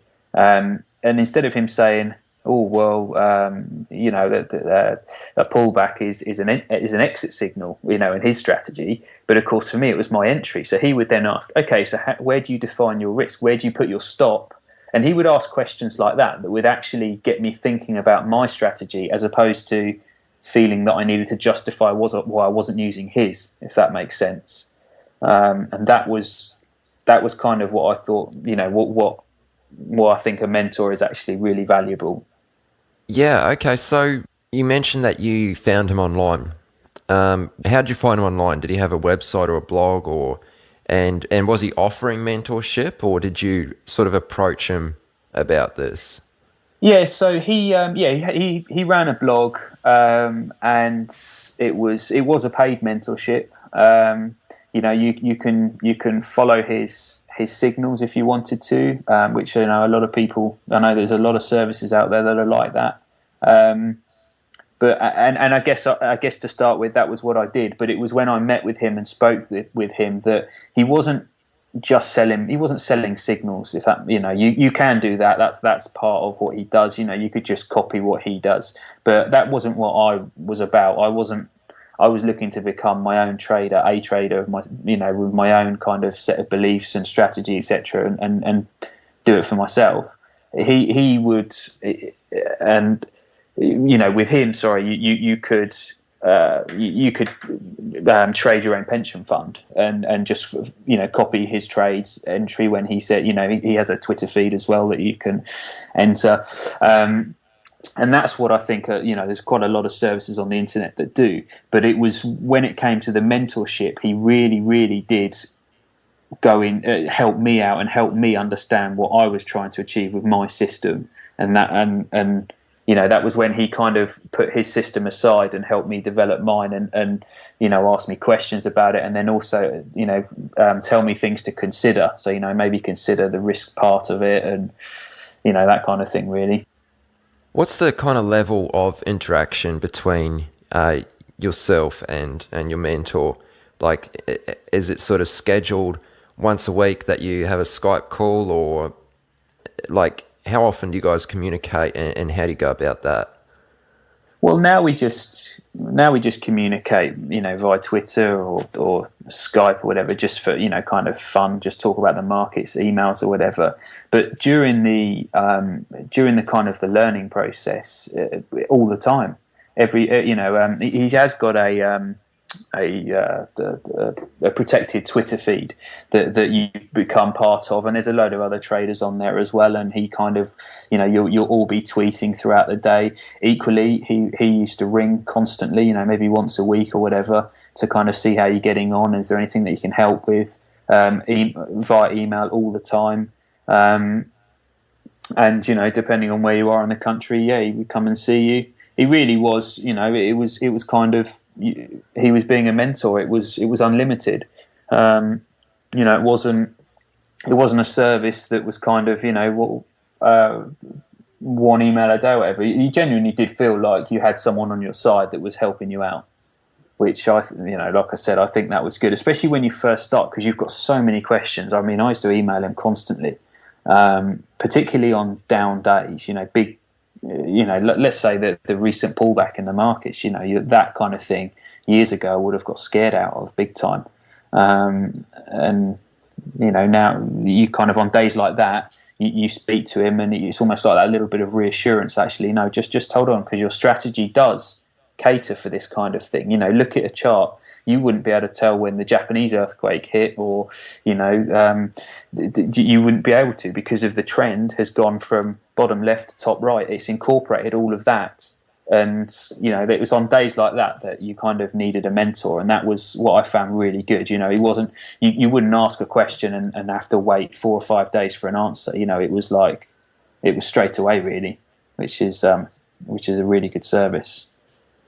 Yeah, that's really valuable, and I mean, pretty much most traders coming up need someone like that, who can be there for them. So, just maybe in sort of summary, some of the highlights or standout points. Like, what are some of the lessons that he's passed on to you, which really helped you to see things a lot clearer? Risk management, more than anything. More than definitely kind of not entering too many trades at the same time. He trades a shorter system to me. They're kind of not necessarily relevant to my system, but for his, I would say, he would teach you that, not to take too many trades on the same day, because of, we all know that can, if you've got one or two, you shouldn't enter 4 or 5 trades in one day. All of them are showing, a loss. Get and enter another 3 or 4 the next day, another 3 or 4 the next day. That kind of thing. You need to stagger it. You need to kind of enter a couple, make sure that they're kind of they are making a profit, and you can kind of build up from there. That was a big thing. You don't have to trade a lot. You really don't to make really good money. I think his blog site, I haven't checked it, but it was something. He's up something like 400% in 3 or 4 years. So he's doing very, very well. And he's been sat out of the market for the last 4 weeks, I think. And it's things like that is absolutely invaluable, to kind of realise that you don't have to trade every day at all to make really good money. And you combine that with the right risk, and like I said, you've got a very profitable system. The other thing was understanding that actually you don't need to risk a lot of money to make a lot either. He risks 2%, which is actually quite high, I think, but 2% of your account isn't a lot, and yet this is a guy, like I said, who is making 400% and risking 2%. On each trade. So that again was important, but the main thing was the psychology, was teaching you to probably have faith in your system more than anything. That your system works, Of course, that gets into a whole other topic about, system testing and all that kind of thing, but we probably won't go there. But, your system works. So you just need to have faith in what you're doing. And like I said, go back to the dark days when the market's down day after day after day. And you really, you're probably then thinking, well, this system doesn't really work. I might go short, but it's short in an uptrend is a silly thing to do. And the other thing is, well, does the system really work? Has it stopped working? There's all these things. Trading is full of kind of things that kind of counteract, counteract that, like arguments. But it's days like that he would then reassure you a bit more in the early period. And that, like I said, that I think is really, really important. Absolutely, yeah, that's all really great. So yeah, thanks a lot for sharing that, Chris.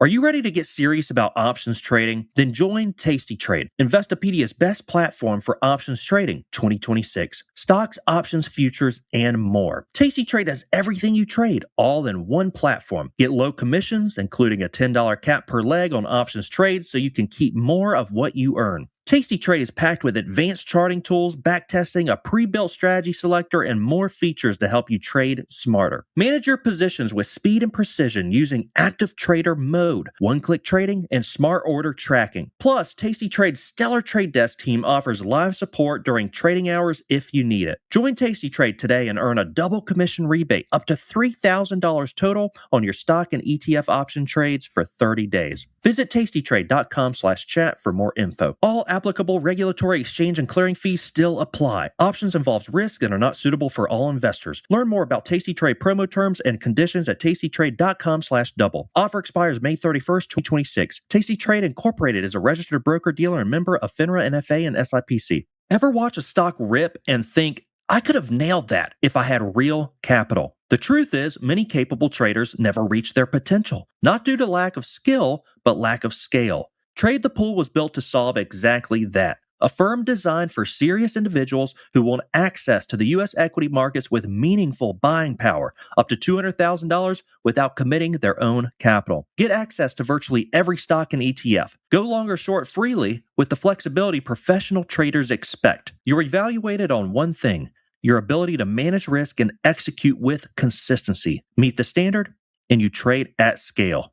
No subscriptions, no ongoing commitments. Whether you're still refining your strategy, a trader with experience who hasn't yet broken through, or a seasoned professional simply looking for more capital, Trade the Pool is built to meet you where you are and take you that next step further. The markets have evolved, access has evolved, now so has the way traders operate within them. Trade the Pool. Now, I'd like to steer the conversation in the direction of your style of trading and sort of your methodology. We've kind of talked about it a little bit, but just maybe give us an overview of your actual approach to trading. Okay, so my routine is the easiest thing to describe. Is that I don't use scans. I just don't. I think that's probably come from the early days of just looking at charts and trying to figure things, trying to see things. But in the UK, the FTSE 350 is 350 stocks, so that's not really a huge amount of stocks to look through. So I don't use scans. I look through all of those at least once a day, sometimes 3 or 4 times, and that gives me an overall state of the market. You'll be able to see off that. For example, are a lot of stocks consolidating? Are a lot of stocks selling off? Are a lot of stocks breaking out? Are they breaking out and failing? Are they pulling back and giving a lot of reversal signals? So that kind of, I think, gives you a very good understanding of what's going on in the market. And then I would plot support and resistance on charts. And obviously, you could then combine that with kind of, I guess, like a Davis box method or whatever. But, I don't draw the boxes, but you can see support and resistance if it's getting higher, like a ladder or whatever. That's the start of a trend. I've got plotted on the charts the 50, 100 and 200 day moving average. And I wouldn't use those for an entry, but obviously you can then, that gives you a feel for the stock. And every stock, I think, is different. They have a different buying and selling pattern. some stocks don't pay any attention to moving averages at all, but they do pay attention to support and resistance. So therefore, that gives you a good place to either enter, also gives you a good place to exit. Some stocks do absolutely hug the 50-day moving average, and as soon as it closes below that, and maybe 2 days in a row, the kind of character of that stock has changed, and that then would be an exit signal. And some stocks don't pay attention to anything, and that for that I may just have like a volatility stop, so like a 4 ATR. But ultimately, I buy on pullbacks. I look for things that are already in trends, and I enter on a pullback, but the pullback must be to an obvious place. So, like I said, it must be a moving average or a support, or a support line, and then ultimately, I like to see a kind of reversal candle in there. Just something that shows me. My favourite ones are kind of a really nice spike down with a bit of volume on it. I don't really trade volume, but that's kind of a pretty good kind of pattern for me, and that then gives me a good place to enter. Shows me that buyers are stepping in, and it gives me a good place to put my stop. So kind of get all the things that I need out of that, and then I just, like I say, ride it up, and hopefully hold it for a long time. Ultimately, though, if it closes below that entry point, I'll sell it very, very quickly. So you said there, hold it for a long time. What would your average, sort of generally speaking, holding time be for a position? Well, hopefully months. That my big winners I've held all through the recent crisis, and most of them are back at all-time highs. I find with trend following, particularly on stocks, I don't really know about forex and futures markets. I mean, I know what they are, but I've never traded them, so I can't really comment on the characteristics of those markets. But particularly in stocks, when they go wrong very, very quickly. Kind of staircase up, elevator down all the time. So you've got to be prepared for that. But you find that if you enter on a pullback, it will very quickly tell you if you're wrong, like possibly even the next day.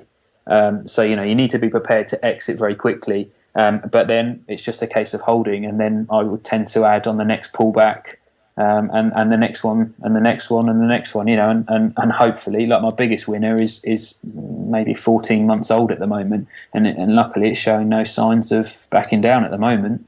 Nice one. That's really good. So before sort of adapting this, I don't know if you'd call it a swing trading sort of methodology, or it's sort of borderline position trading if you're holding for a number of months, I guess you could say. But did you ever attempt to trade intraday, like day trading? Yes, and it nearly drove me mental. I couldn't believe what I was experiencing. I certainly believe that you've got a mental capacity, an emotional capacity, and whatever you want to call it, 100% or whatever. And I just couldn't make that many decisions in that day, and let alone do it 5 days a week. I really would love to go and sit in a day trader's office and see how they do it, but I saw there was something in pivot points, and I tried to do it, and I just couldn't. It really kind of it really messed me up in my head, really. I'm in a very good place in, psychologically, and I like trading end of day data. I like seeing, I've mentioned before about breakouts. I think breakouts that they break out in the first hour of the day, I'm a bit dubious of them. But if you see something that's held on to its gains throughout the day, I think that's a solid entry. And I was trying to do that, but intraday on a 5-minute chart, and I really couldn't. I couldn't make that many decisions. I couldn't enter, exit with a loss, enter, exit with a loss, enter, exit with a loss. You get the pattern there, and then get 2 or 3 winners throughout the day, and have to do that 10 times a day. I'm sure that day traders can tell me they don't trade that much, but this was what I was trying to do, and I tried it for a couple of months, and like I said, I just couldn't do it. It really made me mentally tired. And so I have to be more long term, and that goes back to finding a system that suits you. I'm sure you've had people on this show that they would think about how I trade, and think I'm crazy. I don't have to look at the markets throughout the day if I don't want to. I just do it because I enjoy them. I really can make all my decisions based off end of day data. And the rest of the time, particularly in the last few weeks when it's, news has been, the market's been kind of headline driven, I've just turned everything off and come back at the end of the day and seen which stocks have held up and which I've had to sell. And I couldn't do that with day trading. Yeah, I mean, that's a fair enough point too. So you've mentioned a couple times or a few times throughout this interview that the word system. So just so we understand, how systematic is your trading? Okay. Yeah. So system is in nothing is let's say robotic. It's certainly not every stock that does this I must enter here. Every stock that does this I must exit here. It's completely discretionary. So I do I stalk a number of stocks that are in uptrends. Some of them are sloppy uptrends. But I look for those periods of kind of exhaustion with on a pullback. I do trade breakouts occasionally, but I'm more successful trading pullbacks. And the only thing that is, I would say, systematic, but I guess that's to the point where I absolutely will exit, is when my stop is hit, and that will be decided before I enter. So, like I said, there's one stock recently that I was in that hugged the 50-day moving average. So the easiest place to put the stop is below the 50-day moving average, or close below it, or if it was. This is where the discretion comes in. So if it closes below it and it closes on a pretty big candle, or it closes on it closes at the bottom of the range for the day, then I would just exit straight away. If, for example, during the day it's put in, there was kind of a wick on the end, I might say, okay, well, I'm going to exit as soon as it goes below that wick. So that kind of, in case a market maker has been pushing it around for whatever reason, because of course I'm not the only person looking at this stock. There is a lot of people that would notice that the 50-day moving average doesn't get breached a lot. So it's a very easy way to put your stop, and I just try to make sure that I'm not one of the weak ones that gets pushed out, and then obviously it motors on ahead, which has happened before. Equally, like I said, if it's support and resistance, then that's my exit. I'll know when. I'll decide that before I get in. So that's probably the part that is, let's say, if there is, systematic. But like I said, ultimately it is discretion. But there is one thing that I would point out on that, is that as much as it's discretion, and I have just commented then about sometimes I might look at my exit. There's no way I don't hold a losing trade. So I wouldn't, there is kind of scope there to interpret that as, he might, a stock might have dropped to whatever price level, and he might be in denial about it. That's absolutely not what I'm saying at all. I'm just saying that occasionally, they go back to Ed Secote, follow your rules, know when to break your rules, that kind of thing. It's just a process that I know works for me, but there is no way that I would hold a losing stock if it's gone past my exit. For sure. Okay. So, how do I say? So, how did you know, or maybe I should say, when did you know with a reasonable amount of confidence that you'd found an edge, that what you were trading actually worked? Like, when was the point when you were comfortable with that approach? Well, my account value, really. It was, I track my equity curve, and it goes from bottom left to top right. It doesn't mean that there are some, drastic pullbacks in that, but I could show you over the years. You can see they've got less and less. So ultimately, money is the way that that will show, that will tell you when you're right. I think I know that my system makes money. Now I know that everyone else you've had on your show, their system makes money. I'm not, there is no holy grail in that sense. So it's really just about finding a system that works. Now I could probably find one that makes more, but I don't really want to. You can obviously, once you found your system and you plot in your numbers, you know what your let's say you know what your winning percentage is, or you know what your payoff ratio is, or whatever, you can then adapt your money management to kind of fit your bigger, your longer term goals. But ultimately, it was that I was looking at my equity curve and see it rising. The other thing that was probably, let's say, one of the real kind of again, like, aha moments was.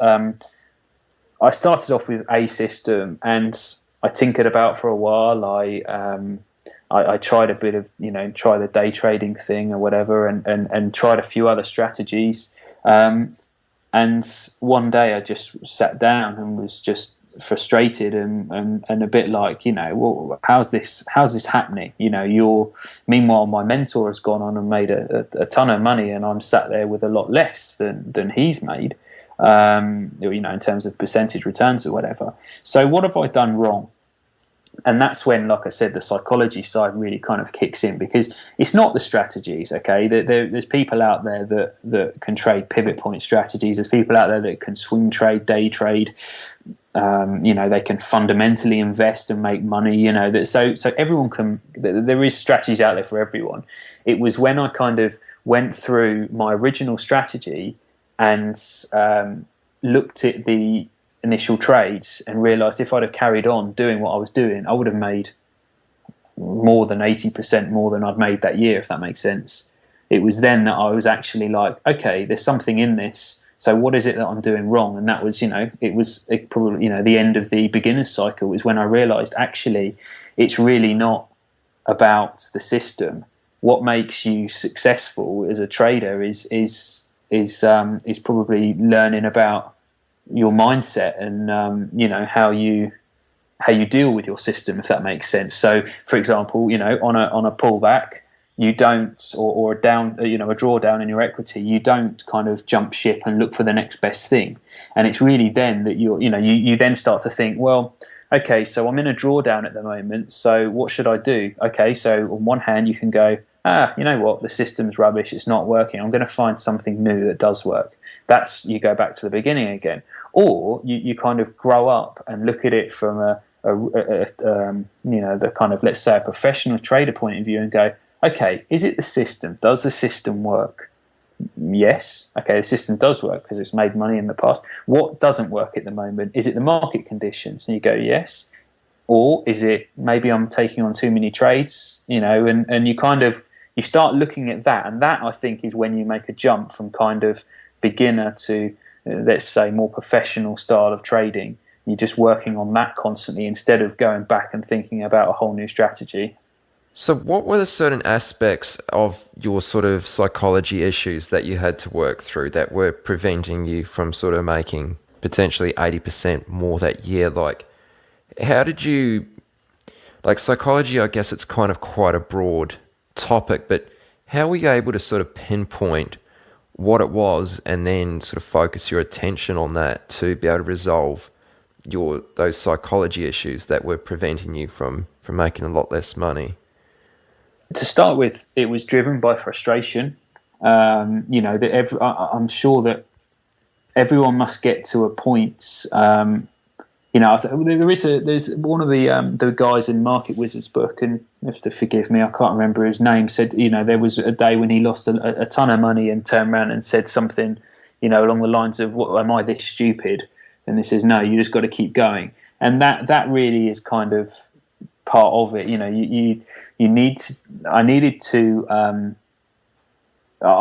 knew that the systems were making money, but I just wasn't implementing them right. I wasn't doing the right thing. And that was the bit that was frustrating. Why? What am I doing wrong? And that was, like I said, you then start kind of self-reflecting and really kind of looking, well, if that system makes money, let's say one of these subscription services on the internet where you can buy, you can sign up to it and they give you the entry and the exit signals. Well, they make money they probably make money as a trader. You could get those same signals and not make money. because you might do something wrong. It might be obviously your risk management and that kind of thing. Equally, it might be you might try and preempt the exit signal, you might preempt the entry signal, and that's nothing wrong with the strategy. Although when you first start out, you'll blame that strategy. That's down to you. That's your own fault. And I think it was it's from another book that I apologise to anyone that has written these, and I'm not referencing them, but where he says about you've got to take responsibility for everything you do, and you can do this in everyday life. And this is kind of, I think, something that I tried to do a few years ago, where every situation that goes on is your fault, and it's quite a big thing to say that, but everything that happens, let's say your partner comes in from work and she's in a bad mood and she lashes out at you. How's that your fault? And you constantly find a way that is, you start then looking at yourself a lot more in detail, and particularly with your trading. Why is this strategy? Why does it make money? In back testing, why does it not make money now? What am I doing wrong? And that's when you can be honest with yourself. That, I believe, is when you're you make a massive leap in the right direction. And it's quite hard to do. Not a lot of people like being honest about themselves.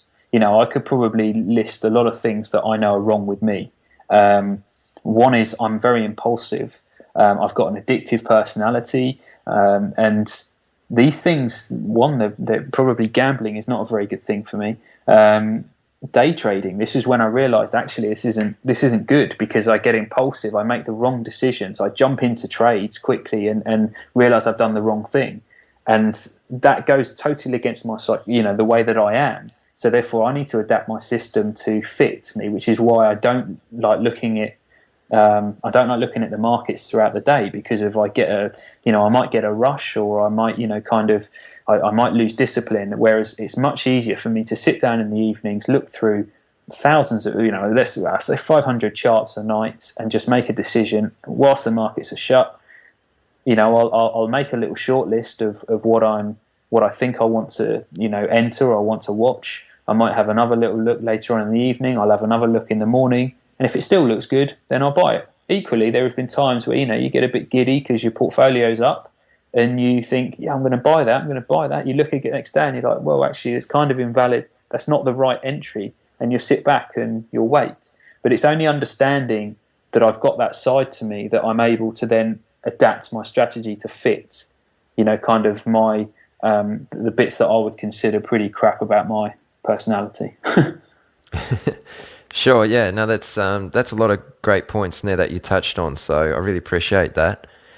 We should probably start to wind things down, Chris, but let me ask you, is there a resource or a book or a video or anything you'd like to recommend to listeners to check out if they'd like to dive deeper into sort of understanding the psychology of professional trading? Yeah. I mean, there's... Firstly, just keep rereading books that everyone else mentions. I think I've kind of touched briefly in the past with you about this, that things like Reminiscence of a Stock Operator, Market Wizards, etc.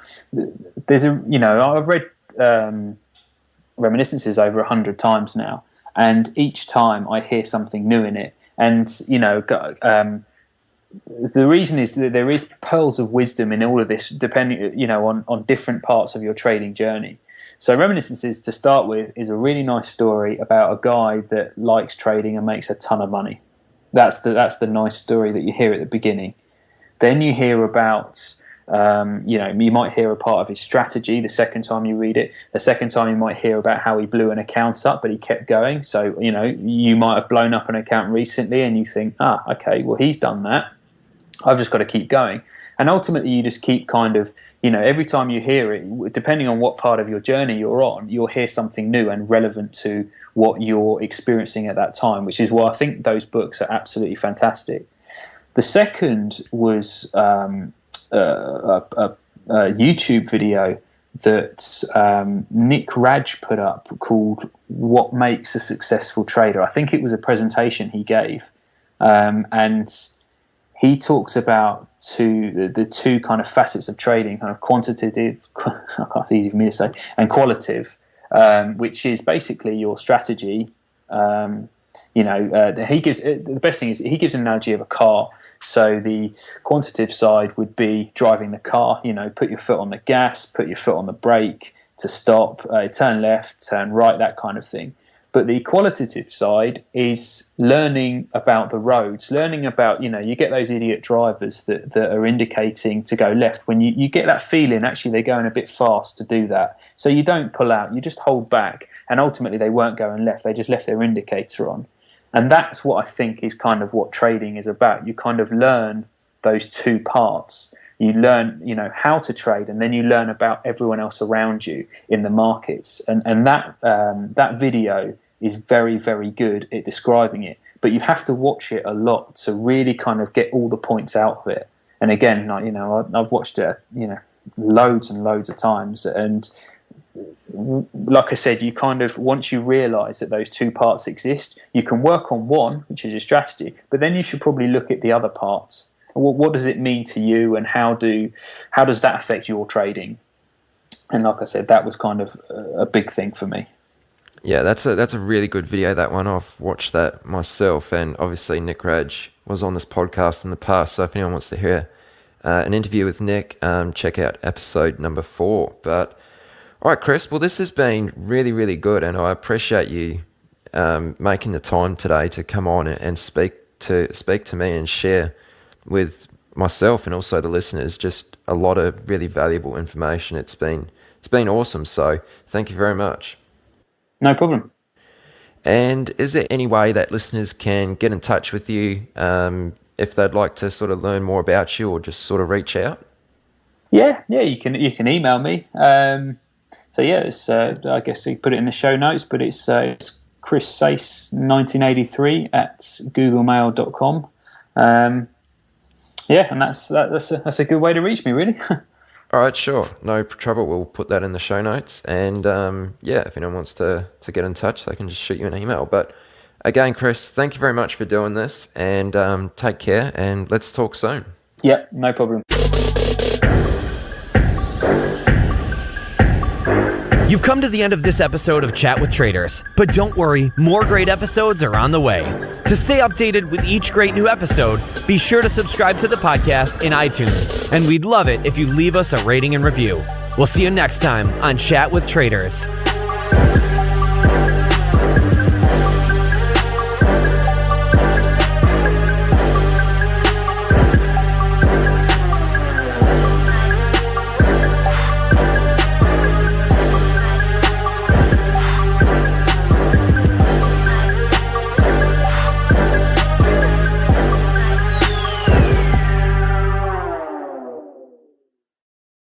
What would your trading look like if capital wasn't the constraint? That's the reality for most traders. It's not skill holding them back, it's size. Trade the Pool changes that. Step into the U.S. equity markets with up to $200,000 in buying power without committing your own capital. Full access to stocks and ETFs, long or short, executed with the precision and freedom serious traders expect. Your performance is measured by one standard: disciplined risk management and consistent execution. Meet that standard and you operate at scale. No subscriptions, no ongoing obligations, just a clear path forward.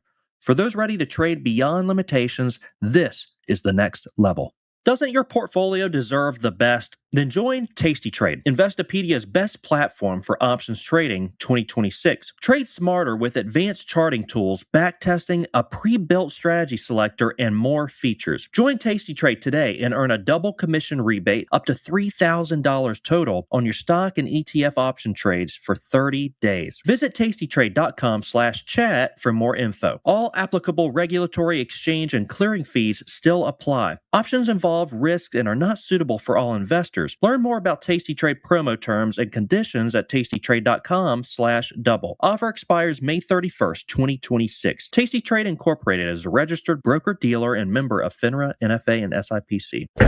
The biggest secret of the best traders in the world is that they're just like everyone else. However, they've worked hard to learn the markets and discover what works and what doesn't. But how can you hear about these journeys and get in on the strategies and tactics they use? You can do it by listening to Chat with Traders. Here's your host, Aaron Fifield.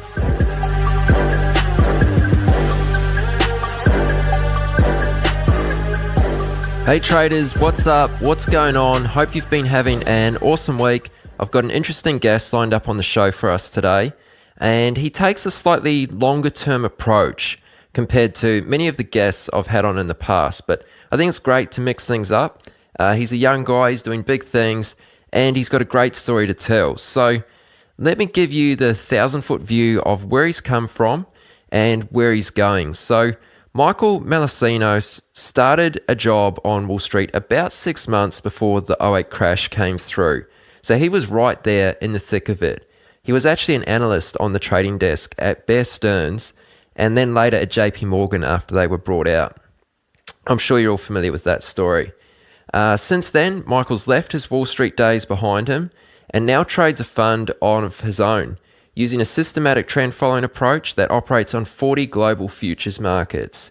While I missed a large chunk of the story there, you'll hear how Michael got to this stage of his career during the interview, as well as a few of the lessons that shaped him into the trader he is today, including the advice he received from market wizard Ed Seykota. I also like Michael's thoughts around why you should consider playing a game that's larger than money, and the emphasis he places on preparation is really great also. Alright guys, you know the drill. I'm your host Aaron Fifield, this is Chat with Traders, and here is this week's guest, Michael Melancinos. Hey Michael, what's up man? Welcome to the podcast. Hey, thank you for having me. No trouble at all. Thanks a lot for putting aside some time this morning to come on and be open for an interview. It's really good to have you on. Yeah, well, it's 6:07 a.m. here in New Jersey, so not a lot of people are up right now. I'm probably the only person up on my block, but yeah. Nice. Is that how you roll every morning? Up nice and early? Yeah, because I was actually dealing with this problem yesterday. Because I was telling you before off the podcast that we recently bought a beach house, my fiance and I, and we're doing a lot of work around the house, and we still have a lot of chores. And my fiance is type A go-getter. She wants it done. She doesn't want things lingering. She loves to-do lists, doing them ASAP, and she's got me doing chores all the time. And I'm like, I need to do work, because the day rolls on, and there's just more and more stuff to do. It gives her more time to think about more stuff to do. I'm like, oh my God. Putting her bike together, doing the fence, doing this, doing that. Never enough hours in the day. Never enough. So getting up early and, before she gets up, is good. So this is, we have our sanctuary right now, our time to talk about whatever we want. Good stuff. Well, I'm glad you could fit this in. So we've definitely got plenty to talk about. So let's just get into it, and let's get this started by telling us about how you originally got involved in trading, and perhaps even further back than that, what were you doing before this time? So I graduated from college in 2006, started work in early 2007, and I started in public accounting. And that's what I majored in college. So I wasn't entering the workforce with any kind of trading job or any kind of trading, experience or background of any kind. Didn't even intern with any banks or funds or anything like that. But a couple of my uncles went through Wall Street long time, still in it as well. And just coming from a sports background my entire life, I had always interested in just competing at something, getting good at something. And after a while in the accounting job, that wasn't really fulfilling that urge in me. So, I started reading just, in public accounting, you have your busy season. I'm sure everyone knows an accountant, they have a busy season. It starts to die down probably in June. At least for me it did. So from June through the summer and then into the early fall is when I really started to read a lot especially on the commute back and forth from Jersey to New York. I was working in New York. So I had about like an hour commute every day on the train. So I would do a lot of reading then. And at work during the off months, I was reading a lot during the day. And it just became, I stumbled across, a lot of different blogs, a lot of different opinions, different this, different that. And the one that, stuck with me the most was this trend following style.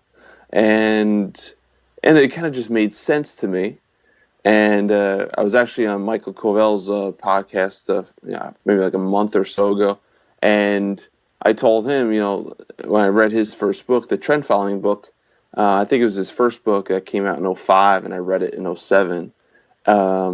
I said I slammed it shut at a few points in that book. I was like, there's just no way. Because he makes it sound so easy. He makes it sound like so simple, so this. And you know what?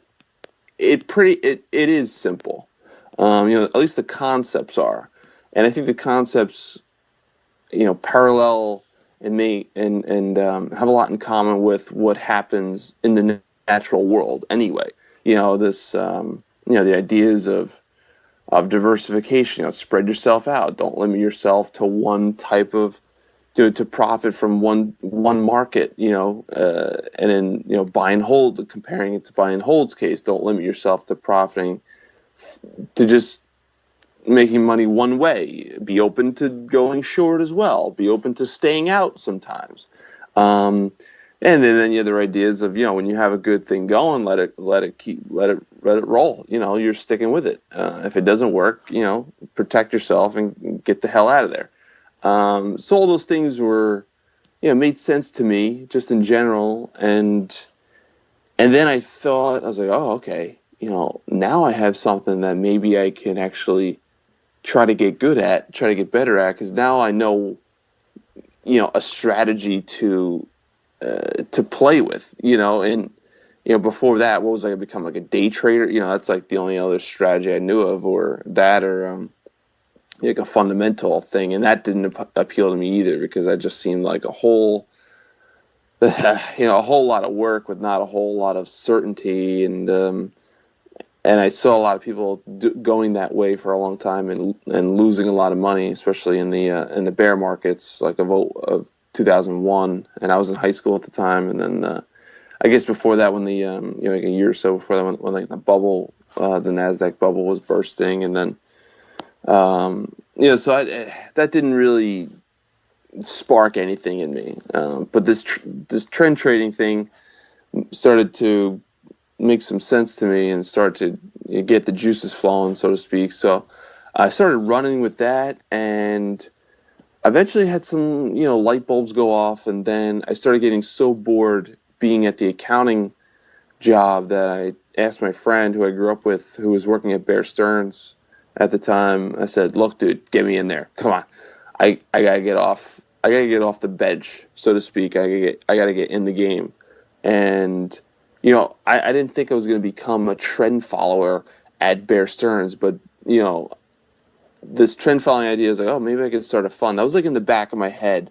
And then when the opportunity for, to work at Bear came along, I kind of put the trend following thing on hold. I was like, oh, okay, I'm going to become like a Wall Street guy, and then work on the trading desk one day, and hopefully soon, and then all will be good, and I won't have to worry about this other thing. It'll just be just something that passed the time, this trend following, thing.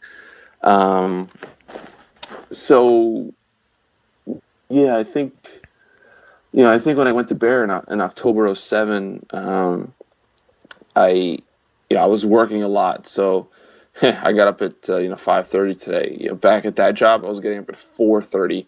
I was in work at 5. So I was home at like 8 every day. So I didn't have time to read or do anything relative to any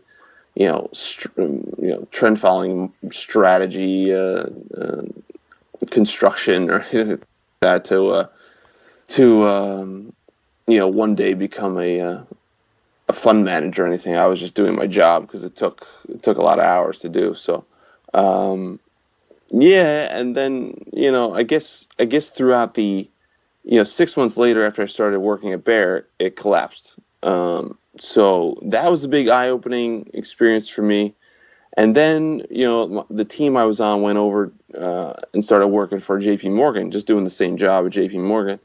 And the hours were still insane, but the middle of the day wasn't as intense as it was. So I started reading again.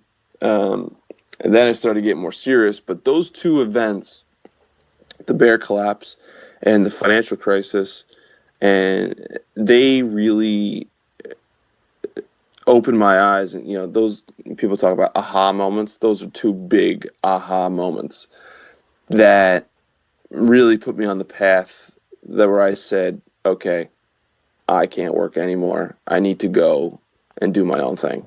Because I thought this way, I was going to be, I thought I had it made pretty much going to Bear. It was a good company and everything, and good culture.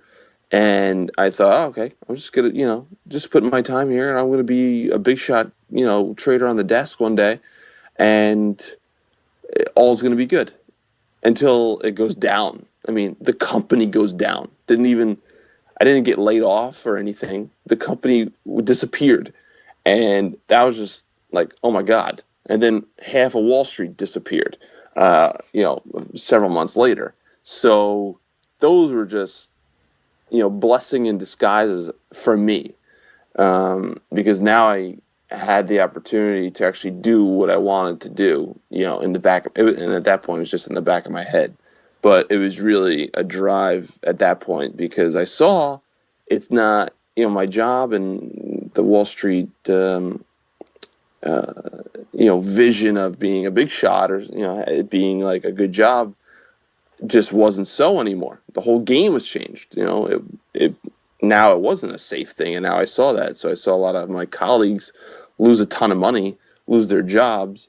And all the a lot of their retirement money, if it was in Bear stock or anything like this. And I said, look, this is not going to be me. And at the time I was 23, 24 years old. So I was still very young and stupid and impressionable, I guess. And that kind of woke me up and made me grow up pretty fast. So during the off months and, the transition period from Bear to JP, and then even working at JP, it was just less intense, than my first 6 months at Bear.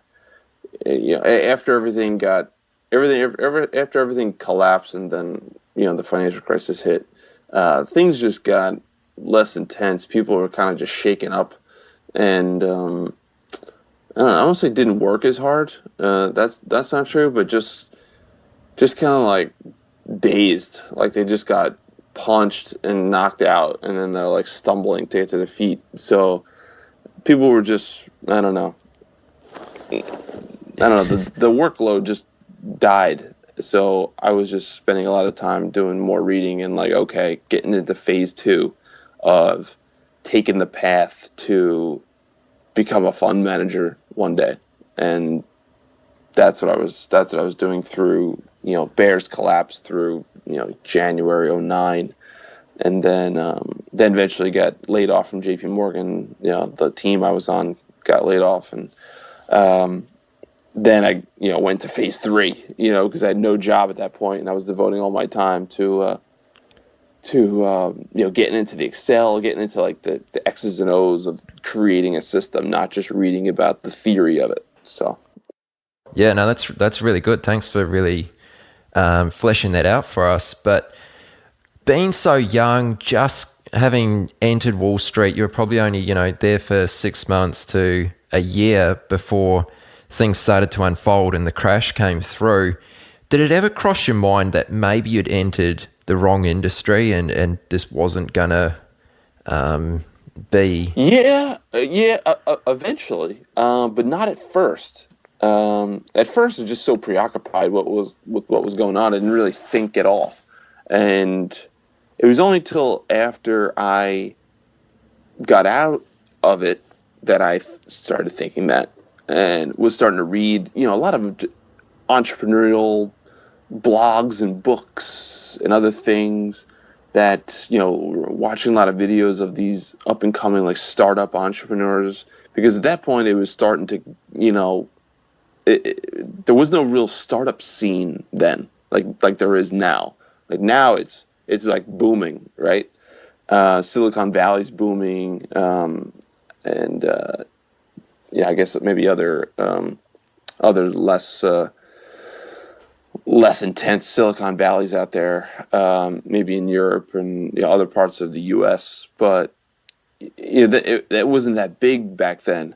But it was starting to come out of that bear market into what it is now, which is a booming bull. But I was just reading and getting some exposure to other entrepreneurs outside of Wall Street, and then reading more about the trend following trader types, reading and going on their sites, the funds that were around and that are still around, but then also getting to Ed Skoda's site, checking out his stuff. I entered one of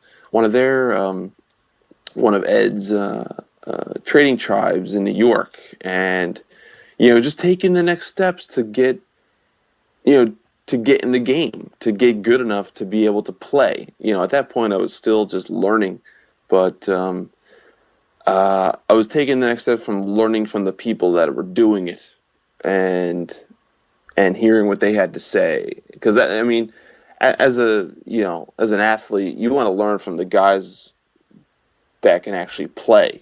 You're not going to take hitting, in baseball, you're not going to take hitting lessons from, a guy who never played the game before, right? You take it from a guy who's done it with success for a long time. So that's what I started doing. I started to get some some FaceTime with the actual traders, and then other entrepreneurs in other industries, and then I started to believe that, okay, I'm starting to see the big shift here. Wall Street's not going to be the place to be for a long time, and maybe this is a blessing. And I probably had that thought, at some point during the winter of 2009 when I was, trying to look for jobs or something, and just in my apartment reading, and in New York, it's pretty gloomy during those months. So that was kind of maybe a bright spot in one of the dark, dreary winters of New York. Are you ready to get serious about options trading? Then join Tasty Trade, Investopedia's best platform for options trading 2026. Stocks, options, futures, and more. Tasty Trade has everything you trade, all in one platform. Get low commissions, including a $10 cap per leg on options trades, so you can keep more of what you earn. Tasty Trade is packed with advanced charting tools, backtesting, a pre-built strategy selector, and more features to help you trade smarter. Manage your positions with speed and precision using Active Trader Mode, one-click trading, and smart order tracking. Plus, Tasty Trade's stellar trade desk team offers live support during trading hours if you need it. Join Tasty Trade today and earn a double commission rebate up to $3,000 total on your stock and ETF option trades for 30 days. Visit tastytrade.com/chat for more info. All applicable regulatory, exchange, and clearing fees still apply. Options involves risk and are not suitable for all investors. Learn more about Tasty Trade promo terms and conditions at tastytrade.com/double. Offer expires May 31st, 2026. Tasty Trade Incorporated is a registered broker-dealer and member of FINRA, NFA, and SIPC.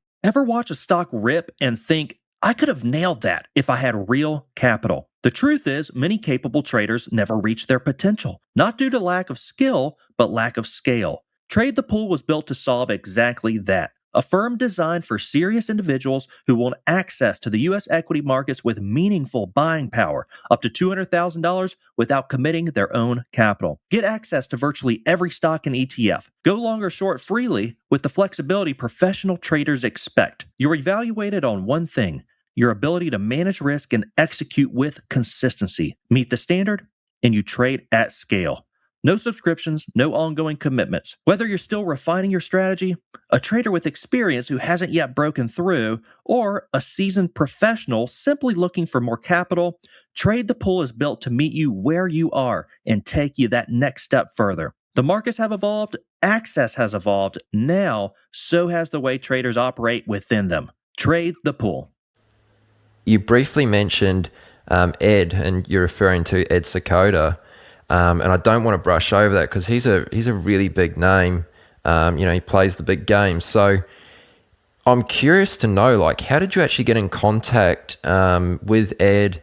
What was his tribe, his trading tribe, actually like, and what were some of the things that he actually really helped you with? So he, before, Ed to me is a rare combination of very advanced technically and very advanced psychologically. He seems to understand both games pretty well. From being, him being an engineer, he's and engineers in general, they're very advanced, mathematically, science. They get that. That's their strong point, and they're not so strong with social skills and understanding behavioral dynamics, because let's face it, a lot of engineers, like even like accountants too, and maybe some other jobs, they're good with just doing their job, and they're not so good talking about it. They're like socially awkward, or some of them can be. So he's not that, though. He to me, because he shares a lot of his information, a lot of his knowledge about things. I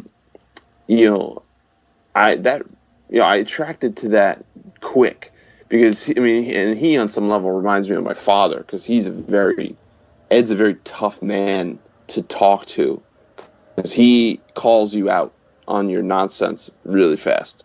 And he reading on his site, and then getting to one of his tribes, reading on the site about the theory about the feelings that we're unwilling to feel, so the feelings that we don't like kind of run our lives. And I was like, what the heck does that mean? I don't even know what that means. And, at that time I first came into him, probably around 24, 25. So I was still pretty stupid at the time. And I didn't know what that meant. And then started getting into more of his FAQ on his site, which is where people submit, their stories and write whatever they write into him, and he responds. And, half the time he's being a wise ass in his responses, and the other times he's being pretty helpful in explaining what the tribe is all about, what's the whole process, what's the whole intention of it, how is it aimed to help people out. And, at its core, it's really just to help people push through their issues to get to a right livelihood, which is basically, you do what you like to do, and you do it, you serve other people, and you maintain your health, and, you get good at what your craft is. And when I started in one of his tribes, initially it was a little weird. It was, a lot of guys, in our tribe, it was a lot of guys in the financial space, which is not always the case in other tribes. Some people aren't in finance at all. And there's a lot of guys talking about, and then, first talking about their feelings, and then, he has this process called the hot seat, where you get into, some real intense feeling that you have that you want to change. You want to change you want to change from a medicinal response to a proactive response. So in the case of trading, you get people that don't like to lose money, right? What are they? And so they medicate it by, in some cases not having, not looking at it. They don't open their statements, or they don't sell it out. If they're long a stock or something, and it starts to go against them, they don't sell it, so they don't have to feel the actual loss. They could just hold on and hope that it returns to a more profitable, position one day. So these are all non-proactive responses with dealing with the loss that is true. It's, it's happening, whether or not you like it or not. It's happening. So you can either deal with it responsibly, proactively, or you can medicate it by not feeling it. And this is what a lot of people do, in their lives outside of trading as well. Same thing if they break up with a boyfriend or a girlfriend, what do they do? They don't go to the drawing board assessing their behaviors and, what did I do that really, made this relationship, tumble and end. They'll say, they'll blame other people. They'll go watch a movie. They'll console a friend, an enabler who tells them it's going to be all right. It's going to, it wasn't your fault. Or they'll go, on a worst case, they'll go, do drugs or drink alcohol or, indulge in some unhealthy food or something to make the feeling go away, and to, justify themselves and, what happened. It wasn't their fault and all things like that. So, that's what the tribe's all about, because it helps you in a group setting. Ed believes that a group setting is better than trying to do it yourself, or it may offer a better way to just than going to a psychologist or psychiatrist or something, because you don't get to learn from the doctor doing it. In tribe, you get to see everyone work and everyone working on their own issues. So that he believes, is a better atmosphere to learn from, because you get to see other people doing it too. People get to learn and set examples for others, and that helped me, eventually, push through the fear of, starting my own fund. I was scared. I didn't think I could do it. I mean, I knew I could do it, but I was afraid, what my parents could think.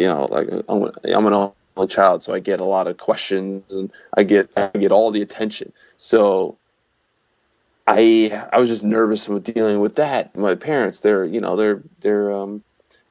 slow and steady people that have been at the same type of job forever, and this is not something that they're used to. They don't know what starting your own business is like and the risks about that. They just think it's risky because it's, you need to have a job. That's the way to go.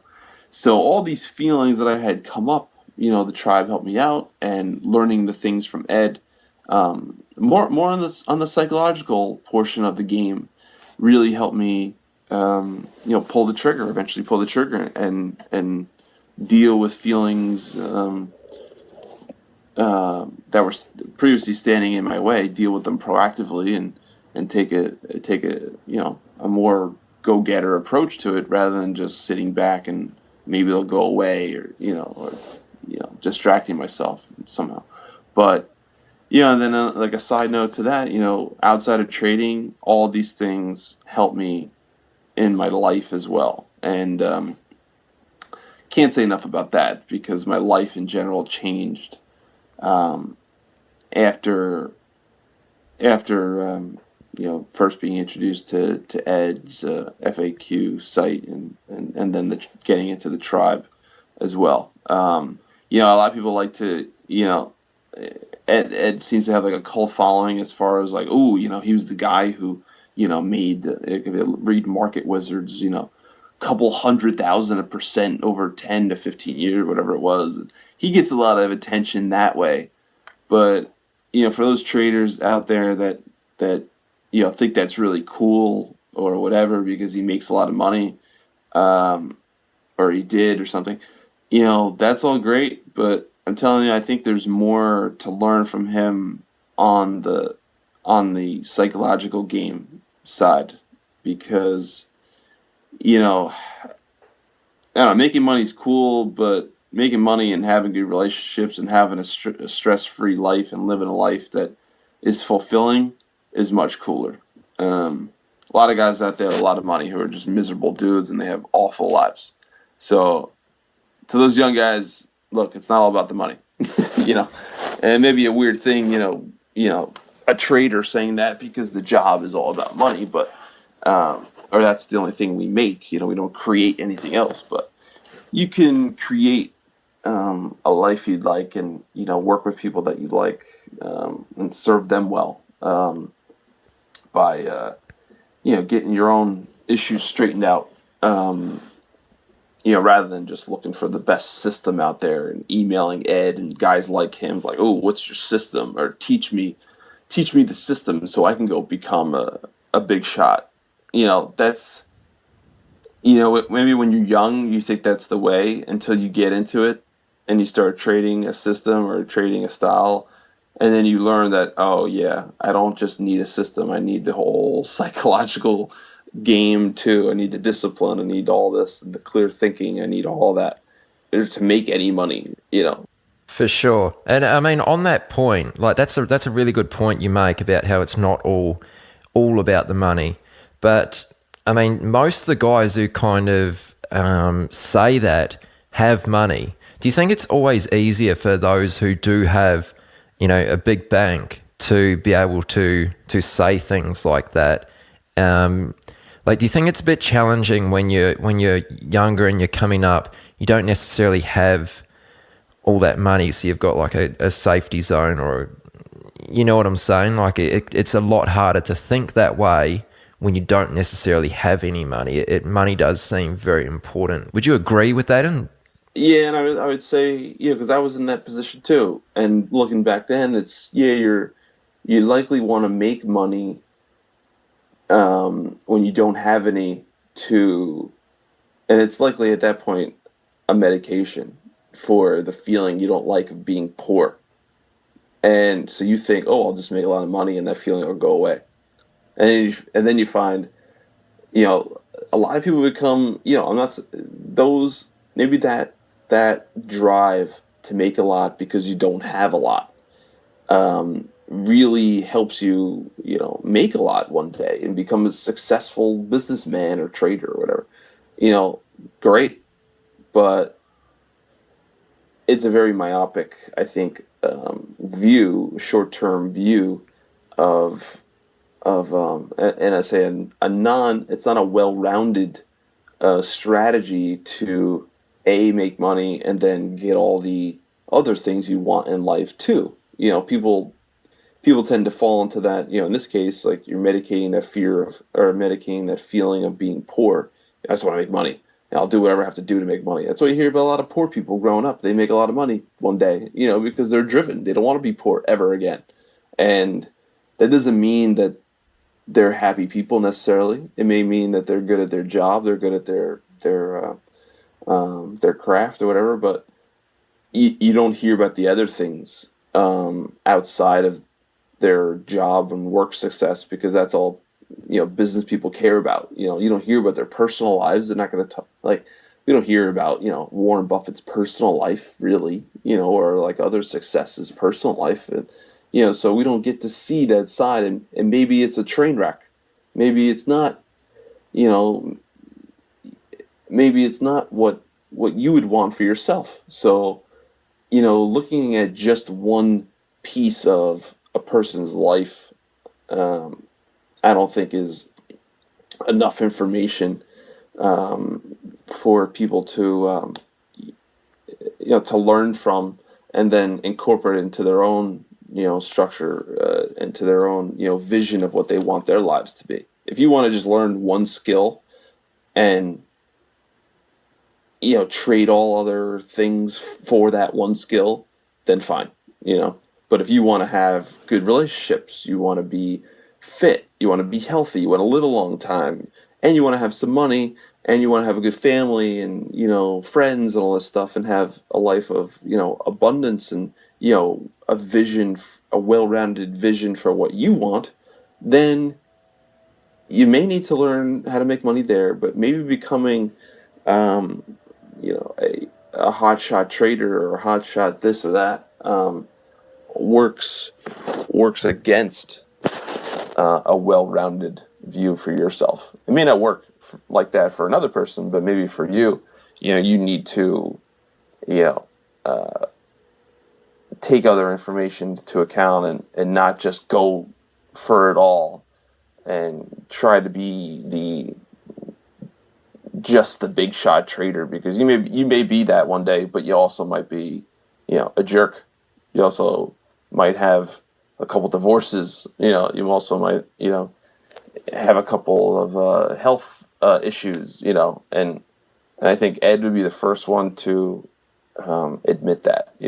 Don't forget he's had 2 divorces, and probably a lot of drama during his great trading run that he may not be too proud about. What I'm saying? So, yeah, the money's cool, performance is cool, great, but there's other things that matter. And I think Ed can, going to his site and maybe joining one of his tribes, learning about that process can really help people see or come to that. I'm not saying this view is correct, but it may just open themselves up to, maybe there's other ways to think about it. That's all. I'm not trying to push a way or a system on anybody or a way of thinking on anybody, but that's what happened to me, because I thought it was all about the money. I thought I was going to have it made, and then Bear went down, and then and then half of Wall Street went down. So, there's other things that become important. And I learned that for myself during those crashes. Yeah, I like how you answered that. You touched on a lot of great points there.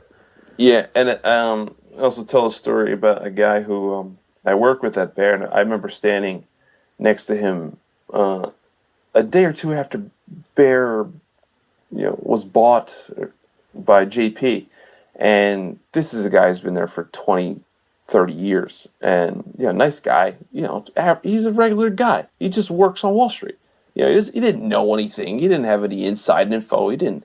He just made a little bit more money than the average guy, but he was still really nice. And we were standing on the trading floor, and he was looking at all the screens. This is when people were just half the people there who used to be there weren't there, and it was a total mess. It was like the last day of school. There's nothing going on. Everyone's just kind of talking and not doing anything.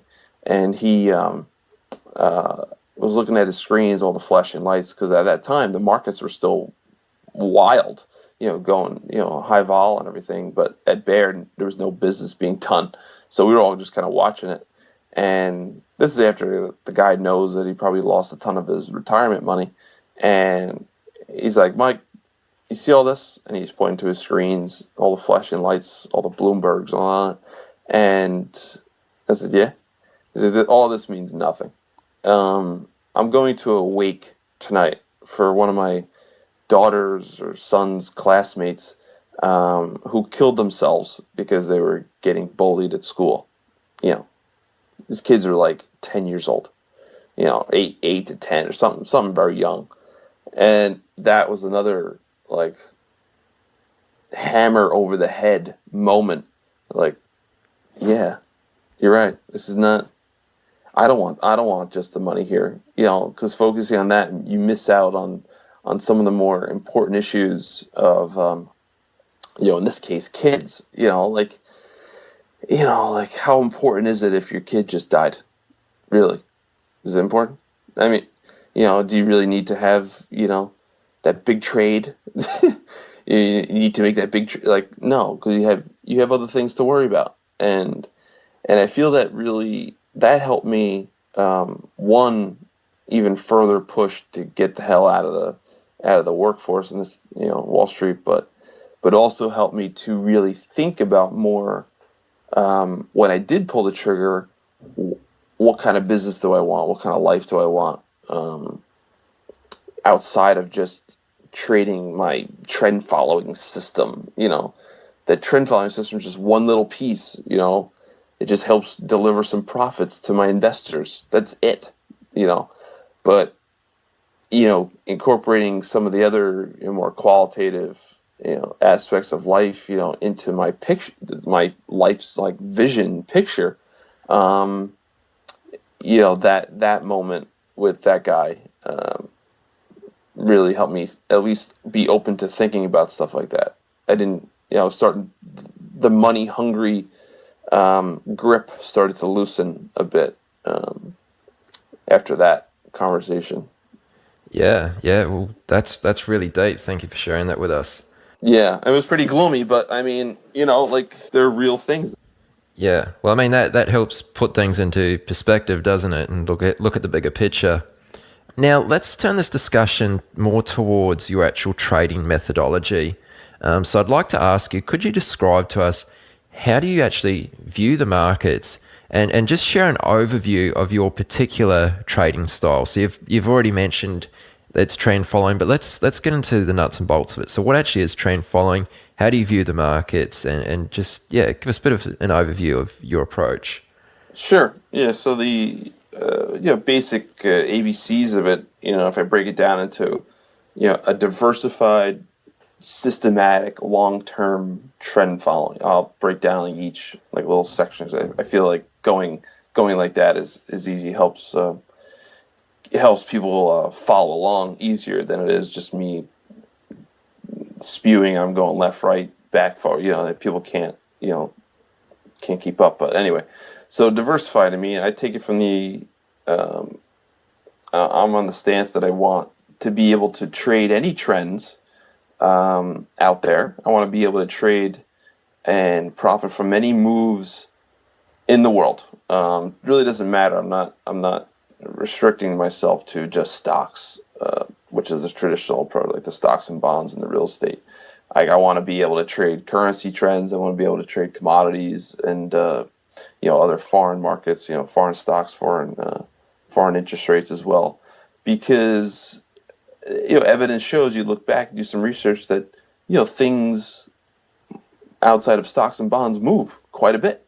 And why would I just want to sit in one spot and just wait for all the movement to come in those areas? Why not I branch out a bit and maybe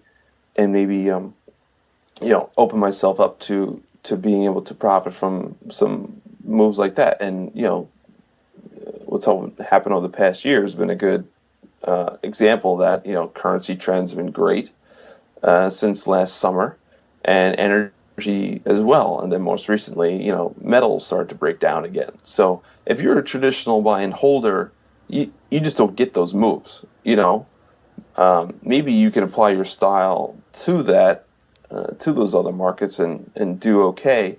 But, in the meantime, there's some pockets of time where you can't, because you're not open to them. So I like to be open to a lot of different things. To make a baseball analogy, if you're a hitter, you don't just want to be able to hit a fastball down the middle. You need to be able to hit other pitches in other locations, and if you can't play, because you're not good enough. So you need to be open to hitting different trends and different markets going different ways, and that's what kind of I feel. I like doing that because I don't want to be a stock picker. I don't want to be a picker in one area and try to trade every little wiggle in one or two markets. I want to be in a lot of different things and not really have an expertise in any. I just kind of want to just float along when the movement comes in different areas and just set my sails with them. So I get okay. So moving from the diversified to the I'll go to the long term first. So I don't want to be trading. I'm not a day trader. I don't really like to look at markets all that much during the day. Again, it's like quality of life. I don't want to be sitting in front of a computer all day long. I like to do other things. I like to get outside. I like to read and do things with my fiance, my friends, and family that don't require me to be sitting in front of a computer looking at my trading software or the quotes all day long. Like, I wanted a system that I didn't need to do that. And so I focus on long term. I focus on trading trends that my system on average, its average holding period is about 7-8 months long. So that's my average position that I'm holding. So I don't really need to look at it every 5 minutes. I don't need to look at it every 30 seconds. So I can update it daily, check it periodically, throughout the day if I'm around, but not an everyday thing. And I want to be there for the biggest moves too. The biggest moves exist on the longer time frames, and that's what I like to be. I like to hit home runs, and I don't like to be a singles hitter where I'm trying to get wiggles every day like day traders do. They try to get a lot of little moves, during the day or during the week. I forgive that. I say you can have those moves. I'm not trying to catch those. I'm just going to try to be there for the big sucker that plays out over X months or years or weeks or something. That's just my style. And again, there's no right or wrong. I feel that my style works better for me, but it's not always the case with everybody. And then I guess, all right, so we have the diversified, we have the long term, we have the systematic. So the systematic, I just create a method, a rules, a set of rules that decide, which markets to select, which markets I'm going to look at, and then which markets I'm going to trade, and then which market, and then position sizing rules. So how big and how small am I going to be in each market that I observe, and then when I'm going to get in and out. What kind of methodology. I kind of already said that I'm a long-term method guy, so in that case, my entries and exits are fairly loose. It takes more of a move for me to get in and out than it would for like a short-term guy. He's more tight. His entries and exits are tighter with the movement than I am. To make it, I guess, an example, like let's say I say I'm like a breakout trader. I use a 200-day look back. So if the market makes a 200-day high, I'll get in. Versus a shorter term guy, which is it wouldn't work. I wouldn't be able to follow a shorter term system that well, but just because my psychology doesn't really fit with it. But like a shorter term guy may go enter market on a 20-day high, so he's getting in and out much quicker. I like to be a little bit longer. Well, let me ask you about the systematic side of things, because you started out as an accountant, then you became an analyst on the trading desk. At what point did you learn to start coding, or did you code, or did you bring in outside help? Like, how did you actually develop your system once you had an idea and some rules that you thought might be valid and have a edge that's worthwhile trading? How did you actually turn this into a functioning system that is essentially automated these days? I old-fashioned way, I started with some pen and paper, and then I got into Excel. And I still do a lot of the majority of my systems in Excel because I like to see, like Excel allows you to go under the hood and kind of see what's going on versus a software which kind of just pumps out results. You don't really see what's happening. So I called a couple guys to help me who I used to work with, who are more advanced with coding, and they kind of show me the ropes with some like Python software and C# and things like that. And that's all good as far as like testing goes, because you can be efficient with running a lot of tests fast. With Excel it's kind of slower because you got to it's just a little more detailed and not as not as advanced as some of the other softwares. But anyway, I called a couple traders who I looked up to, who Covell wrote about in his books, and then they kind of told me like, look, we can code, but it's not really like a necessary skill to have. You need to have some sort of like basic, you can do everything in basic Excel. That's kind of why I started in Excel. So you can start there, and you can always stay there if you want. You don't have to go to the software route. So that's what I did. I got into Excel, just kind of started making it up as I went along to learn it, and didn't really have a guy there, sitting next to me while I built it up.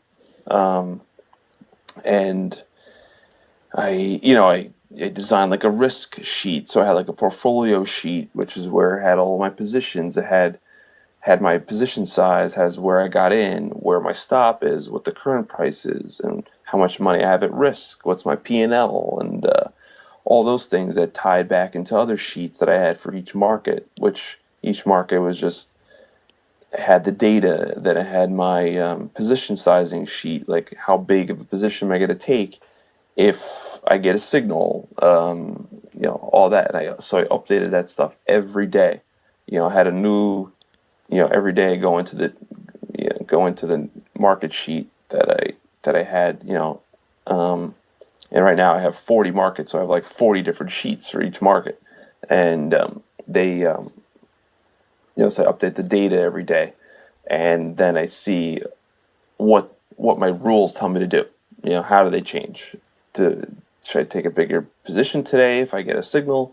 What's the new stop orders? What's the new buy stop? What's the new sell stop? When am I getting in? When am I getting out? Type of thing. So those, I started probably doing that sometime in 2009, 2010, and then just kind of made changes and advances along the way as I've gotten better at building these things, and I guess more comfortable with just how to do it. But yeah, there was really no fancy way. And you could probably hire someone to do something today or help you, but I didn't. Okay, so I've just got a question around that. You obviously mentioned Excel there quite a bit. What sort of data were you actually putting into Excel? Was it like calculating anything, or had you programmed it to output certain data, or was it just you were just using it as a spreadsheeting tool to keep track of your positions and your trades and that type of thing, or was there something? Now everything is coded and linked together. So I have a data software that inputs into the market sheets every day, and then from those sheets they spit out the new days buy and sell signals if they are changed. Like a lot of times, since I'm so long term, they're not different at all. The new position size. So yeah, I don't just have a summary sheet of like what my positions are, so I could see it all in one spot. That kind of auto populates from other sheets and things. So it's a whole big linked web of things. But I think